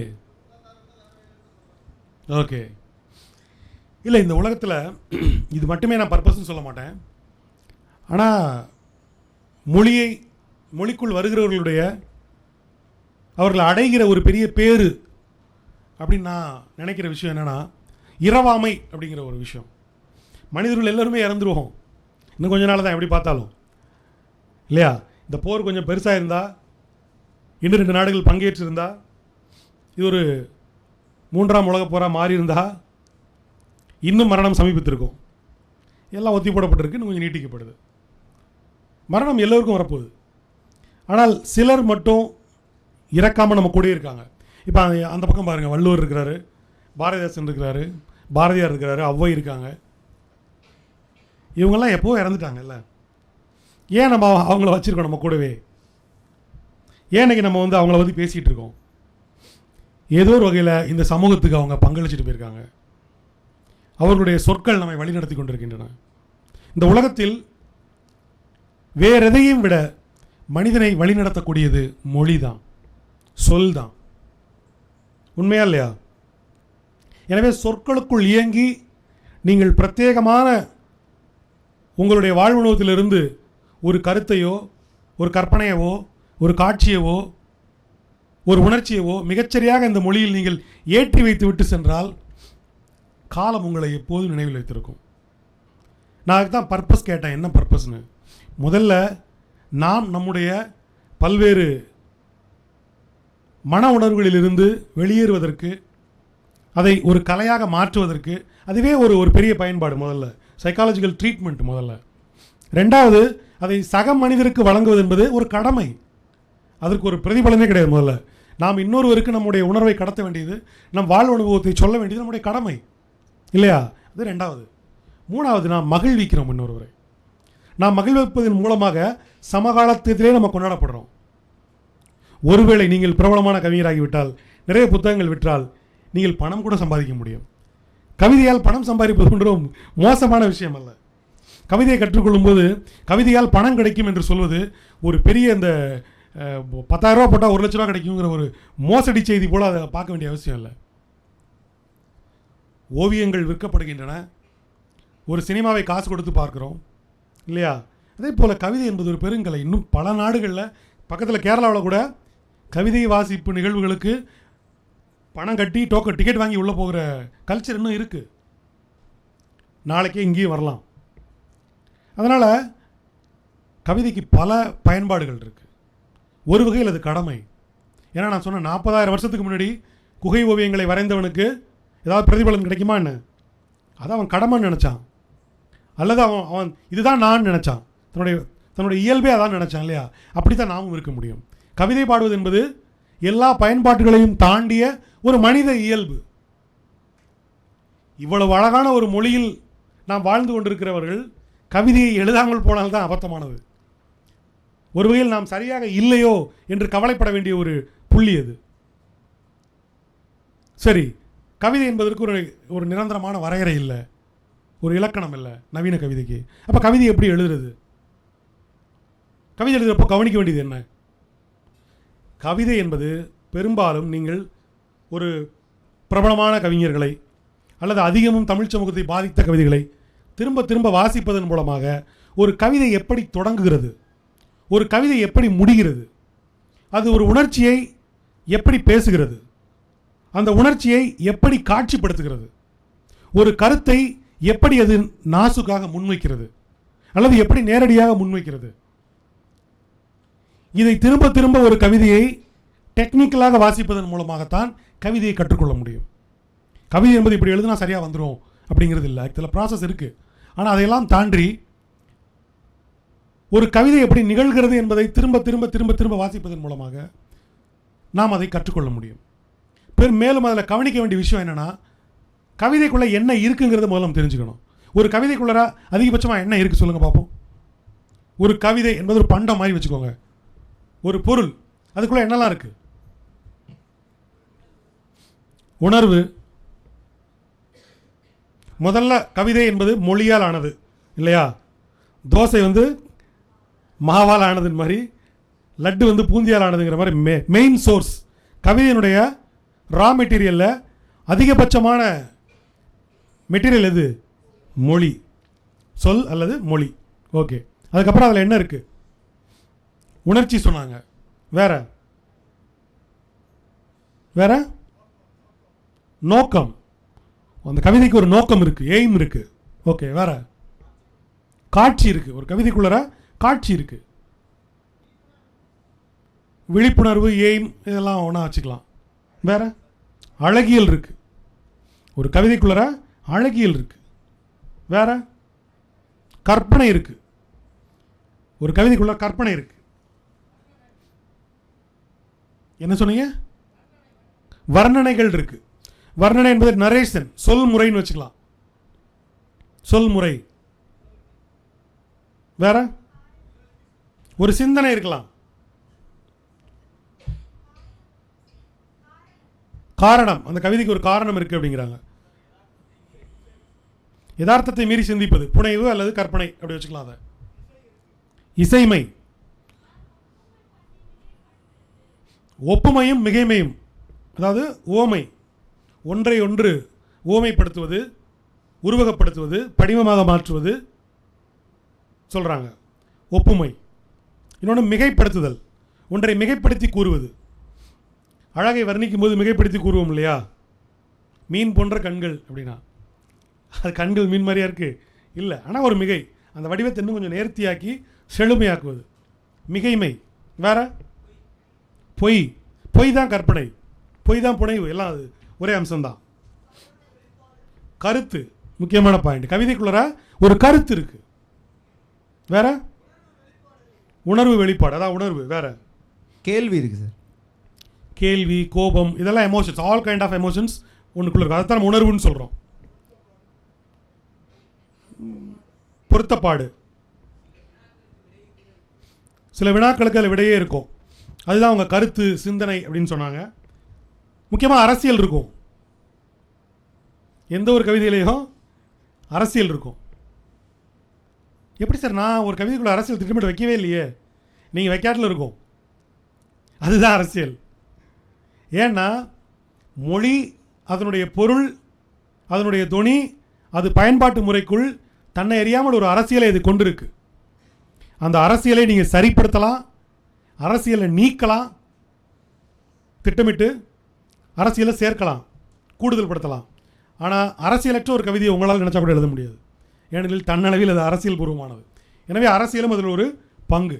அப்புறம் கவிதைக்குன்னு ஒரு வடிவம் இருக்குது. ஒவ்வொருத்தரும் ஒவ்வொரு வடிவத்தில் எழுதுவாங்க. ஒருத்தர் ஒரு கவிதையை மென்மையாக ஆரம்பித்து அந்த கவிதையினுடைய ஒரு கிளைமேக்ஸை வந்து கடைசி வரியில் வைப்பார். ஹைக்கூ வடிவத்தில் நிறைய பேர் அப்படி எழுதுவாங்க. இன்றைக்கி எழுதிட்டு இருக்கிறாங்க. சிலர் தொடங்கும் போதே கவிதையை முடிச்சிருவாங்க. மீதியெல்லாம் அதை பற்றிய விவரணையாக இருக்கும். ஒவ்வொரு நிறைய வடிவங்கள் இருக்குது. நம்ம சில கவிதைகள் வாசிக்கிறாங்க, நம்ம பார்ப்போம்.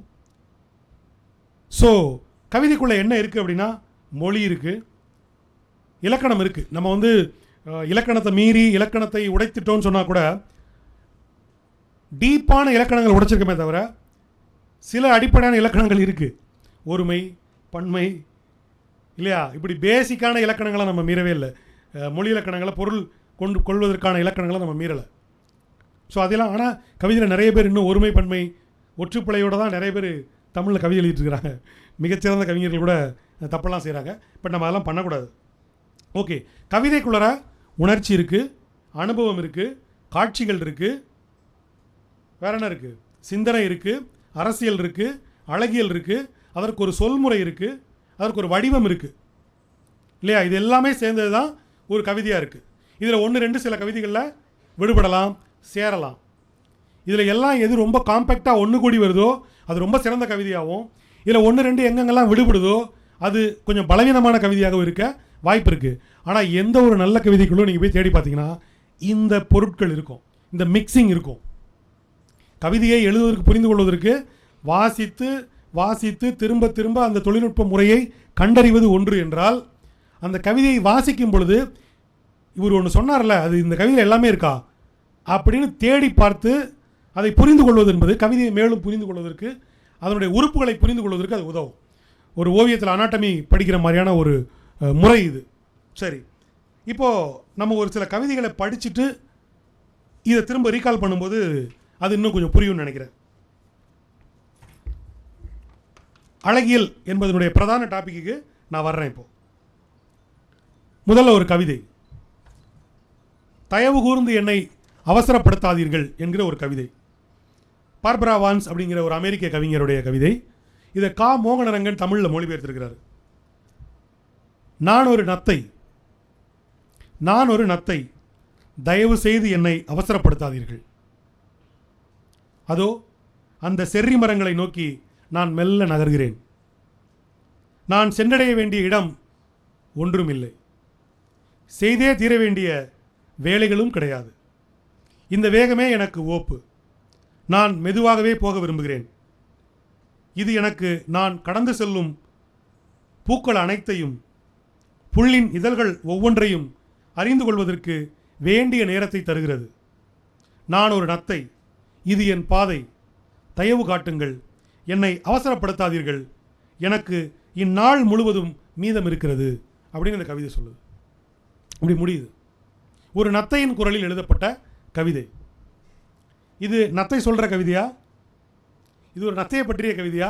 நத்தை எழுதிய கவிதையா? இல்லை. இது முழுக்க முழுக்க ஒரு மனித வாழ்க்கையை பற்றிய ஒரு கவிதை. ஆனால் இதில் நத்தை சொல்வதாக கற்பனை செய்யப்பட்டிருக்கு. சொல்முறை என்னவா இருக்குது? நத்தையின் சொல்முறையாக அது மாறி இருக்கு. ஒரு நத்தை இப்படி சொன்னது அப்படின்னு ஒரு மனிதர் குரலில் சொன்னால் அது ஒரு சொல்முறை. இல்லையா? ஒரு நத்தை இப்படி சொல்லிக்கிட்டே போச்சுன்னு சொன்னால் அது ஒரு சொல்முறை, ஒரு நரேஷன். ஆனால் நத்தையே பேசுவதாக எழுதுவது ஒரு விதமான சொல்முறை. இப்போ இந்த 2 சொல்முறை உங்களுக்கு வித்தியாசம் தெரியும்னு நினைக்கிறேன். அப்புறம் இதில் கற்பனை இருக்கா? கற்பனை இருக்கா? இதில் இருக்குது. இதில் ஒரு கருத்து இருக்கா? என்ன கருத்து? இது சுதந்திரமாக இருக்க விடாதீங்க, அவசரப்படுத்தாதீங்க என்ன. ஆமாம் இல்லையா? அதான் நத்தையோட சுபாவம் அது. அது போல் மனிதருக்குள்ளே சில சுபாவங்கள் இருக்கும். அப்படி இருக்கும்போது அது நம்ம அவனுடைய நோக்கத்துக்கு நம்ம தடை சொல்லிட்டு விலைக்கு இப்போ அவனை திசை திருப்புறது வந்து தவறு அப்படின்னு உணர்ந்தது ஐயா. இருக்குது. இந்த பரபரப்பான வாழ்க்கையில் ஒரு சின்ன இளைப்பாறலை, இது ஒரு ஓய்வு, இது கேட்குது. இந்த கவிதை வந்து கேட்குது. இந்த ஓய்வை கேட்பது என்பது ஒரு அரசியலா இல்லையா? நாம் உழைத்தே ஆக வேண்டிய கட்டாயத்தில், ஓடியே ஆக வேண்டிய கட்டாயத்தில் இருக்கும்போது ஒரு மனிதன் என்னை கொஞ்சம் விடுங்கடா, இந்த முழு நாளும் எனக்கு வேணும், என்னை விடுங்க அப்படின்னு சொல்கிறது ஒரு விதமான அரசியல்.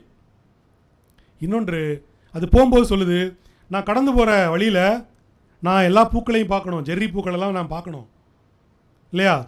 புல்லின் ஒவ்வொரு இதழையும் நான் கவனிக்கணும் அப்படின்னு சொல்லுது. இது ஒரு அழகியல், இதற்குள்ள ஒரு அழகியல் இருக்குது இல்லையா? அப்போ நம்ம பேசின எல்லா விஷயமும் இதுக்குள்ளே இருக்குது. எனவே இது ஒரு சிறந்த கவிதையாக மாறுகிறது. அல்லது இது ஒரு சிறந்த கவிதை, அதனால் இதற்குள் எல்லாமே இருக்கிறது. இப்போ இந்த கவிதைக்குள்ளற புதுக்கவிதைகள் சொல்வது போன்ற எந்த முழக்கங்களும் கிடையாது.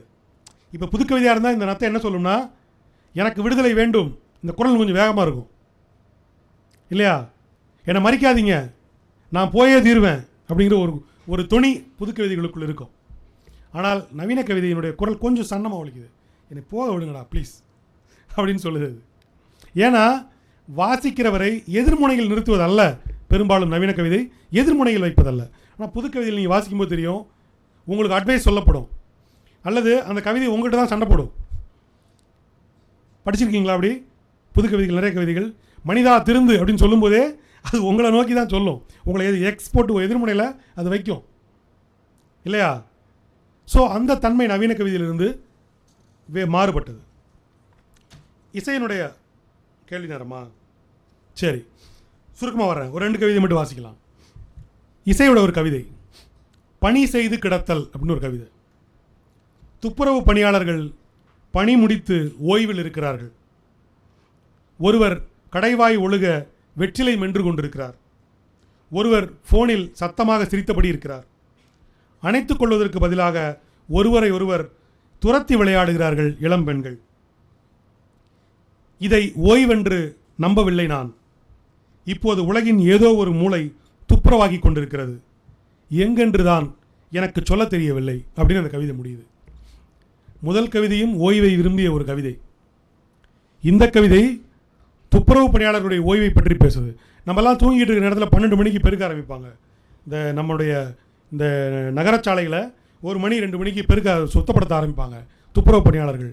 அவங்க ஒரு ஜாம வாக்கில் நம்ம அயர்ந்து தூங்கிட்டு ஒரு 4 மணி 5 மணி வாக்கில் தேநீர் குடிச்சிக்கிட்டு வெத்தலை போட்டுக்கிட்டு ஃபோன் பேசிக்கிட்டு ஒருத்தருக்கு ஒருத்தர் விளையாண்டுக்கிட்டு இருக்காங்க. அந்த காட்சி தான் அவர் பதிவு பண்ணியிருக்கிறாரு. மிக அதிகாலையில் அந்த ஒரு ரிலாக்ஸ் பண்ணுறாங்க. அவர் சொல்கிறாரு, அவங்க ரிலாக்ஸ் பண்ணுறாங்க.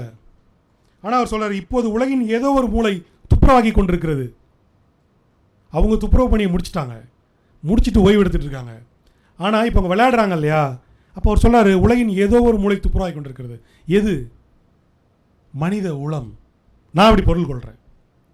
இன்னும் அதற்கு வெவ்வேறு விதமான பொருள்களை நீங்கள் ஒருத்தர் கொள்ளலாம். ஆனால் என்னுடைய பொருள்களில் என்னென்னா, மனிதர்கள் இந்த ஓய்வின் மூலமாக, இந்த மகிழ்ச்சியின் மூலமாக இந்த உலகத்தின் ஏதோ ஒரு மூளை துப்புரவாகி கொண்டிருக்கிறது என்பது மனிதர்களுடைய உலகத்தை தான் அவர் குறிப்பிடுறாரு. அப்போது ஒரு கவிதை ஒரு துப்புரவாளர்களை பற்றிய ஒரு அக்கறையோடு கூடிய கவிதை போல் அது தோற்றம் தந்தாலும் அது தனக்குள்ள ஒரு சின்ன தத்துவார்த்த பார்வை அது முன்வைக்குது இல்லையா? இதுதான் இப்போ இந்த கவிதையை வாசிக்கும் பொழுதும் நான் என்ன சொல்லணும் அது இருக்கான்னு பாருங்கள், அதில் இருக்கும். இன்னொரு கவிதை, ஒரு விஷுவலான கவிதை, அதை நான் சொல்லணும். ரொட்டிகளை விளைவிப்பவன் அப்படிங்கிற ஒரு கவிதை, ஸ்டாலின் சரவணன்கிறவுடைய ஒரு கவிதை. ஒரு விவசாயி ஒரு பரோட்டா மாஸ்டராக போய் நகரத்தில் வேலைக்கு சேர்றான். எப்படி வேலைக்கு சேர்றான், என்ன பண்ணுறாங்கிறத பற்றியான ஒரு கவிதை. இது ஒரு விஷுவல் போயம். கல்லாப்பெட்டியில் அமர்ந்திருக்கும் செழித்த உருவம், தாது நீக்கப்பட்ட நீரை மடக்கன அண்ணாத்தி சரிந்த உடலை நிமிர்த்தியபடி உரையாடலை துவக்குகிறது. கவிதையை ரொம்ப விளக்குறது அந்த கவிதையை கொள்றதுக்கு சமம். ஆனாலும் புரியணுங்கிறதுக்காக நான் கொஞ்சம் அதை விளக்குறேன். ஒரு முதலாளி வாட்டர் பாட்டிலை குடிச்சிட்டு ரெடி அப்படின்னு அந்த நேர்காணலுக்கு ரெடி ஆகிறார். உழ, நீர் பாய்ச்ச, களை எடுக்க, கால்நடைகளுக்கு தீவனம் வைக்க தெரியும். இது யார் சொல்கிறா? அந்த விவசாயி சொல்கிறான், வேலைக்கு போயிருக்க விவசாயி சொல்கிறான். ஒடிசலான தேகத்தின் பதில்கள். போதுமானதாக கை உயர்த்தப்பட்டு ஆசீர்வதிக்கப்படுகிறார். சரி சரி சரி சரி போதும் போதும். கால் மயிர்களில் ஒளிந்திருந்த ஊர் மண்ணை கழுவி முடித்து, இது ரொம்ப முக்கியம், கடைசியாக கால் மயிர்களில் ஒட்டியிருந்த கடைசி அந்த சேரையும் கழுவிட்டு அந்த ஹோட்டலுக்குள்ள அடி எடுத்து வைக்கிறான். வெண்மாவில் நீர் பாய்ச்சி சேரென பிசைந்து உருட்டப்பட்ட மாவுதனை வாய்க்காலில் மண் கொண்டு உள்ளங்கையால் அடைப்பது போல் ஒரு மென் அழுத்து. மைதா மாவில் தண்ணியை ஊற்றி வாய்க்காலில் தண்ணி பாய்ச்சுற மாதிரி பாய்ச்சி அந்த வரப்பில் நம்ம சேரை கொண்டு மொழிகி அடைப்போம் இல்லையா, அந்த மாதிரி பண்ணி ஒரு மென் அழுத்து. உரம் வீசும் லாவகத்தில் ஒரு வீச்சு, பேடா பிடிச்சி இந்த உரம்லாம் வீசுவோம் தெரியுமா, அப்படி அந்த மாதிரி பேடாவை வந்து வீசுகிறான். மேல் மண்ணை கீழாக, கீழ் மண்ணை மேலாக உருட்டும் மண்புழுவாய் சில புரட்டல்களின் பின் பெருநகரத்திற்கு கிடைத்திருப்பது இன்னொரு பரோட்டா மாஸ்டர். புரியுதுல என்ன நடக்குதுன்னு? ஆத்திமாலை சூடி தேர்வில் தலைவன் வெற்றி பெற்ற செய்தியை நல்லூரில் பானைகளை உருட்டி கொண்டிருக்கும் தலைவிக்கு தெரிவிப்பதற்காக நியான் எழுத்துக்கள் மின்னும் பலகையில் காத்திருக்கும் காகம் சிறகடித்தபடி எம்ப ஊரில் வெடித்து கிடக்கும் நிலம் மேலும் கதறத் தொடங்கிற்று அப்படின்னு அந்த கவிதை முடியுது. ரொம்ப பவர்ஃபுல்லான ஒரு கவிதை. தலைவன் வெற்றி பெற்றான், புரோட்டா மாஸ்டர் ஆகிட்டான் அப்படின்னு அந்த செய்தியை சொல்கிறதுக்காக, ஊரில் பானைகளை உருட்டிட்டு இருக்கிற தலைவிக்கு அந்த செய்தியை சொல்கிறதுக்காக இங்கே இருக்கக்கூடிய நியான் விளம்பர பலகையிலிருந்து ஒரு காகம் புறப்படுது. அங்கு விளைச்சல் இல்லாமல் கிடக்கிற அந்த நிலம் மேலும் கதறத் தொடங்குகிறது அப்படின்னு அந்த கவிதை முடியுது. பலவிதமான உணர்ச்சிகளை இந்த கவிதை பேசுது. ஒரு மண்ணினுடைய வறுமையை, பொருளாதாரத்தை, இரண்டு உடல்கள் காதலோடு பிரிந்திருக்கின்ற துயரத்தை, ஒரு முதலாளிக்கும் தொழிலாளிக்குமான உரையாடலை, ஒரு விவசாயி பரோட்டா மாஸ்டர் ஆகிற மாறுதலில் விவசாயத்திற்கும் பரோட்டா செய்வதற்கும் இடையிலான அந்த ஒப்புமைகள், காட்சி, அவங்க ஒப்புமைன்னு சொன்னாங்க இல்லையா, அந்த ஒப்புமை, இது ரெண்டும் எப்படி ஒன்றா இருக்குது? விவசாயம் பார்த்தோம், பரோட்டா மாஸ்டர் ஆகிறது எவ்வளோ ஈஸியாக இருக்குங்கிறதையும் எவ்வளோ வலி மிகுந்ததாக இருக்குங்கிறதையும் இந்த கவிதை பேசுது. இந்த ஆத்திமாலை சூடி தலைவன் வெற்றி பெற்றான், தலைவி, தலைவன்ங்கிற சொற்களை ஏன் இங்கே பிரயோகப்படுத்துகிறாருன்னா, இது சங்ககால இலக்கியங்களில் நாம் திரும்ப திரும்ப தலைவன் தலைவி என்று சொல்லப்படுற. அப்போ நம்மளுக்கு என்ன ஞாபகம் வரும்? 2000 ஆண்டுகளுக்கு முன்பு பெரும் செல்வங்களோடு இருந்த ஒரு பெரும் தமிழ் தலைமுறை எப்படி வீழ்ச்சி நோக்கி போய்கிட்டு இருக்கு, எப்படி வறுமையை நோக்கி போயிட்டு இருக்கிற ஒரு பெரிய ஒரு வரலாற்று நீட்சியையும் அது சொல் மூலமாக முன்வைக்குது. தலைவன் தலைவி என்றவுடன் நம்ம 2000 வருஷத்துக்கு முன்னாடி போயிடுறோம். அப்போ ஒரு கால வழியை நமக்குள்ளது அந்த கவிதை நமக்கு தருது. ஒரு கவிதைக்குள்ளது இருக்குது. ஒரு 10 நிமிஷம் எக்ஸ்ட்ரா எடுத்துக்கிறேன். வந்துட்டாங்களா? ஓகே. 2 கவிதை. இப்போ போர் இப்போ தான் ஓஞ்சிருக்கு இல்லையா? போர் பற்றிய ஒரு கவிதை, ஈழத்திலிருந்து எழுதப்பட்ட கவிதை, போரும் தீர்வும் என்கிற ஒரு கவிதை. நான் வழக்கமாக சொன்னேன், எந்த ஒரு விஷயம் பற்றியும் புது கவிதை எப்படி பேசும், நவீன கவிதை எப்படி பேசுங்கிறத பற்றி நான் சொன்னேன். இந்த கவிதை பேசுகிறதுல உங்களுக்கு தெளிவாக புரியும். போர் முடிந்த பின் சொன்னார்கள், போர்கள் எதையுமே தீர்ப்பதில்லை, எல்லாவற்றையும் பேசியே தீர்த்திருக்கலாம். ஒரு கணம் சரி போல இருந்தது, மறுகணம் பிழை போல இருந்தது. குண்டு விழுந்த மருத்துவமனையையும், எரிந்து போன நூலகத்தையும், தரைமட்டமான கிராமங்களையும், உழவு மறந்த வயல்களையும், காணாமற் போன மனிதர்களையும் கேட்டேன். பதில் இல்லை. ஒரு பையனை சுமந்து சென்ற துப்பாக்கி சொன்னது, ஒரு பையனை சுமந்து சென்ற துப்பாக்கி சொன்னது, பேசி எதுவுமே தீராததால் எல்லாவற்றையுமே போர்களே தீர்மானிக்கின்றன. அது சரி போலவும் பிழை போலவும் இருந்தது அப்படின்னு அந்த கவிதை முடியுது. இந்த இடத்துல ஒரு வரி ரொம்ப முக்கியம். ஒரு பையனை சுமந்து சென்ற துப்பாக்கி, ஒரு துப்பாக்கியை சுமந்து சென்ற பையன் கிடையாது, ஒரு பையனை சுமந்து சென்ற துப்பாக்கி என்ற சொற்பிரயோகமோ, இதற்குள் போர் சரினோ பேச்சுவார்த்தை சரினோ உங்களுக்கு படுதா? இது உங்களுக்கு ஓப்பன் என்னடா விடப்பட்டிருக்கு இல்லையா? இதுதான் நவீன கவிதையினுடைய தன்மை. ஏனால் கவிதைகள் தருகிற முடிவுகள் நிரந்தரமானவை அல்ல, காலத்திற்கேற்ப மாறிக்கொண்டே இருப்பவை என்பதை உணர்ந்ததால் நவீன கவிதைகள் முடிவுகளை நோக்கி தீர்வுகளை நோக்கி செல்வதில்லை, நம்மை சிந்திக்க தூண்டுகிறவையாக இருக்கின்றன. கடைசியாக ஒரு கவிதை, இளங்கோ கிருஷ்ணன் உங்களுக்கு மத்தியானம் வந்து பேச வர்றார் இல்லையா, அடுத்த செஷன் அவர் தான். அவருடைய கவிதை ரொம்ப நல்ல கவிதை, எறும்புகள் என்ற ஒரு கவிதை. 1000 எறும்புகளில் ஓர் எறும்பு, குட்டி வீரன், நல்ல கவிஞன், ஒரு பேச்சாளன். இங்குதான் நம் முன்னோர் பெரிய பூட்ஸ் கால்களால் நசுக்கி கொல்லப்பட்டார்கள். புரட்சியின் எறும்புகள் கூவின. ஒரு ஒரு ஒரு ஒரு எறும்பு சொல்லுது, இங்குதான் நம் முன்னோர் பெரிய பூட்ஸ் கால்களால் நசுக்கி கொல்லப்பட்டார்கள்னு சொல்லுது. புரட்சியின் எறும்புகள் கூவின, பூட்ஸ்களை கொள்ளுங்கள், சப்பாத்துகளை அழியுங்கள் அப்படின்னு சொல்லுது. யார் சொல்கிறா? புரட்சியின் எறும்புகள் சொல்லுது, பூட்ஸ்களை கொள்ளுங்கள், சப்பாத்துகளை அழியுங்கள். சந்தேகத்தின் எறும்புகள் சொல்கிறன, ஆர்ப்பரித்தன. எப்படி? என்ன ஆதாரம்? என்ன ஆதாரம்? இது வரலாறா கற்பனையா? இல்லையா? என்ன ஆதாரம்னு கேட்குது சந்தேகத்தினுடைய எறும்புகள். இது வரலாறா கற்பனையா? நடுநிலை எறும்புகள் கேட்குது, வம்பளத்தன. பூட்ஸ்களின் வழி அது, பூட்ஸ்களின் வழி அது, எறும்புக்கோ வாழ்வது. அவநம்பிக்கையின் எறும்புகள் முணுமுணுத்தன. அதாவது முதல் எறும்பு சொல்லுது, நம் முன்னோர் பெரிய பூட்ஸ் காலாளர்கள் நசுக்கி கொல்லப்பட்டாங்கன்னு சொல்லுது. புரட்சி எறும்புகள் சொல்லுது, பூட்ஸ்களை கொள்ளுங்க, செருப்பெல்லாம் அழியுங்கன்னு சொல்லுது. சந்தேகத்தின் எறும்புகள் கேட்குது, என்ன ஆதாரம்னு கேட்குது. நடுநிலை எறும்புகள் சொல்லுது, இது வரலாறா கற்பனையான்னு சொல்லுது. பூட்ஸ்களினுடைய வழி அது, நமக்கு வாழ்க்கை இது அப்படின்னு சொல்லுது. யார்? அவநம்பிக்கையின் எறும்புகள் அப்படி முணுமுணுக்குது. பூட்ஸுகள் வலிமையானவை, சப்பாத்துகள் உறுதியானவை. நடைமுறையின் எறும்புகள் சொல்லுது, இதை ஒன்றும் பண்ண முடியாதுப்பா, பூட்ஸுகள் தான் வலிமையானவை. இது நடைமுறை எறும்புகள் சொல்லுது. போய் வேறு வேலைகளை பாருங்கள், இன்றின் சர்க்கரை கட்டிகளாவது மிஞ்சும். இது அன்றாடத்தின் எறும்புகள். போய் வேலையை பாருங்கள், பூட்ஸ் நசுக்கிச்சு அது நசுச்சு ஏதாவது பேசிகிட்டு இருக்காதிங்க. இன்றைக்கி ஏதாவது கிடைக்கிதா சர்க்கரை டப்பாவில், ஏதாவது வீட்டில் அஞ்சரைப்பட்டில் இருக்கக்கூடிய சர்க்கரையை போய் தேடுற வேலையை பாருங்கன்னு அன்றாடத்தின் எறும்புகள் ஊர்ந்து கொண்டிருக்கின்றன. இந்த அன்றாடத்தின் எறும்புகள் ஊர்ந்துட்டு இருக்குங்க இல்லையா, எங்கே ஊர்ந்துட்டு இருக்குன்னு சொல்கிறார் கவிஞர். முதல் வரியிலிருந்து கடைசி வரைக்கும், கடைசி வரியிலிருந்து முதல் வரைக்கும் இந்த எறும்புகள் ஊர்ந்து கொண்டிருக்கின்றன அப்படின்னு சொல்கிறார்.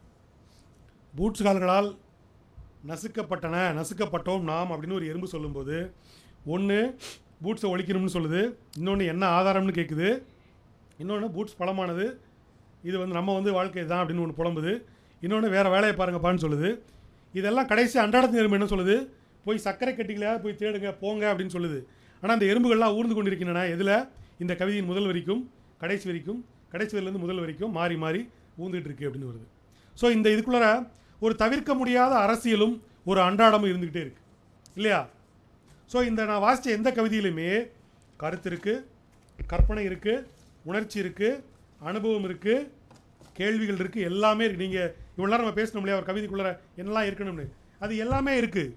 ஆனால் அது எப்படி இருக்குது என்பது தான் நவீன கவிதையினுடைய தன்மை. இப்போ கடைசியாக ஒரு முக்கியமான விஷயத்தை நான் சொல்லிட்டு மட்டும் நான் முடிச்சுக்கிறேன்.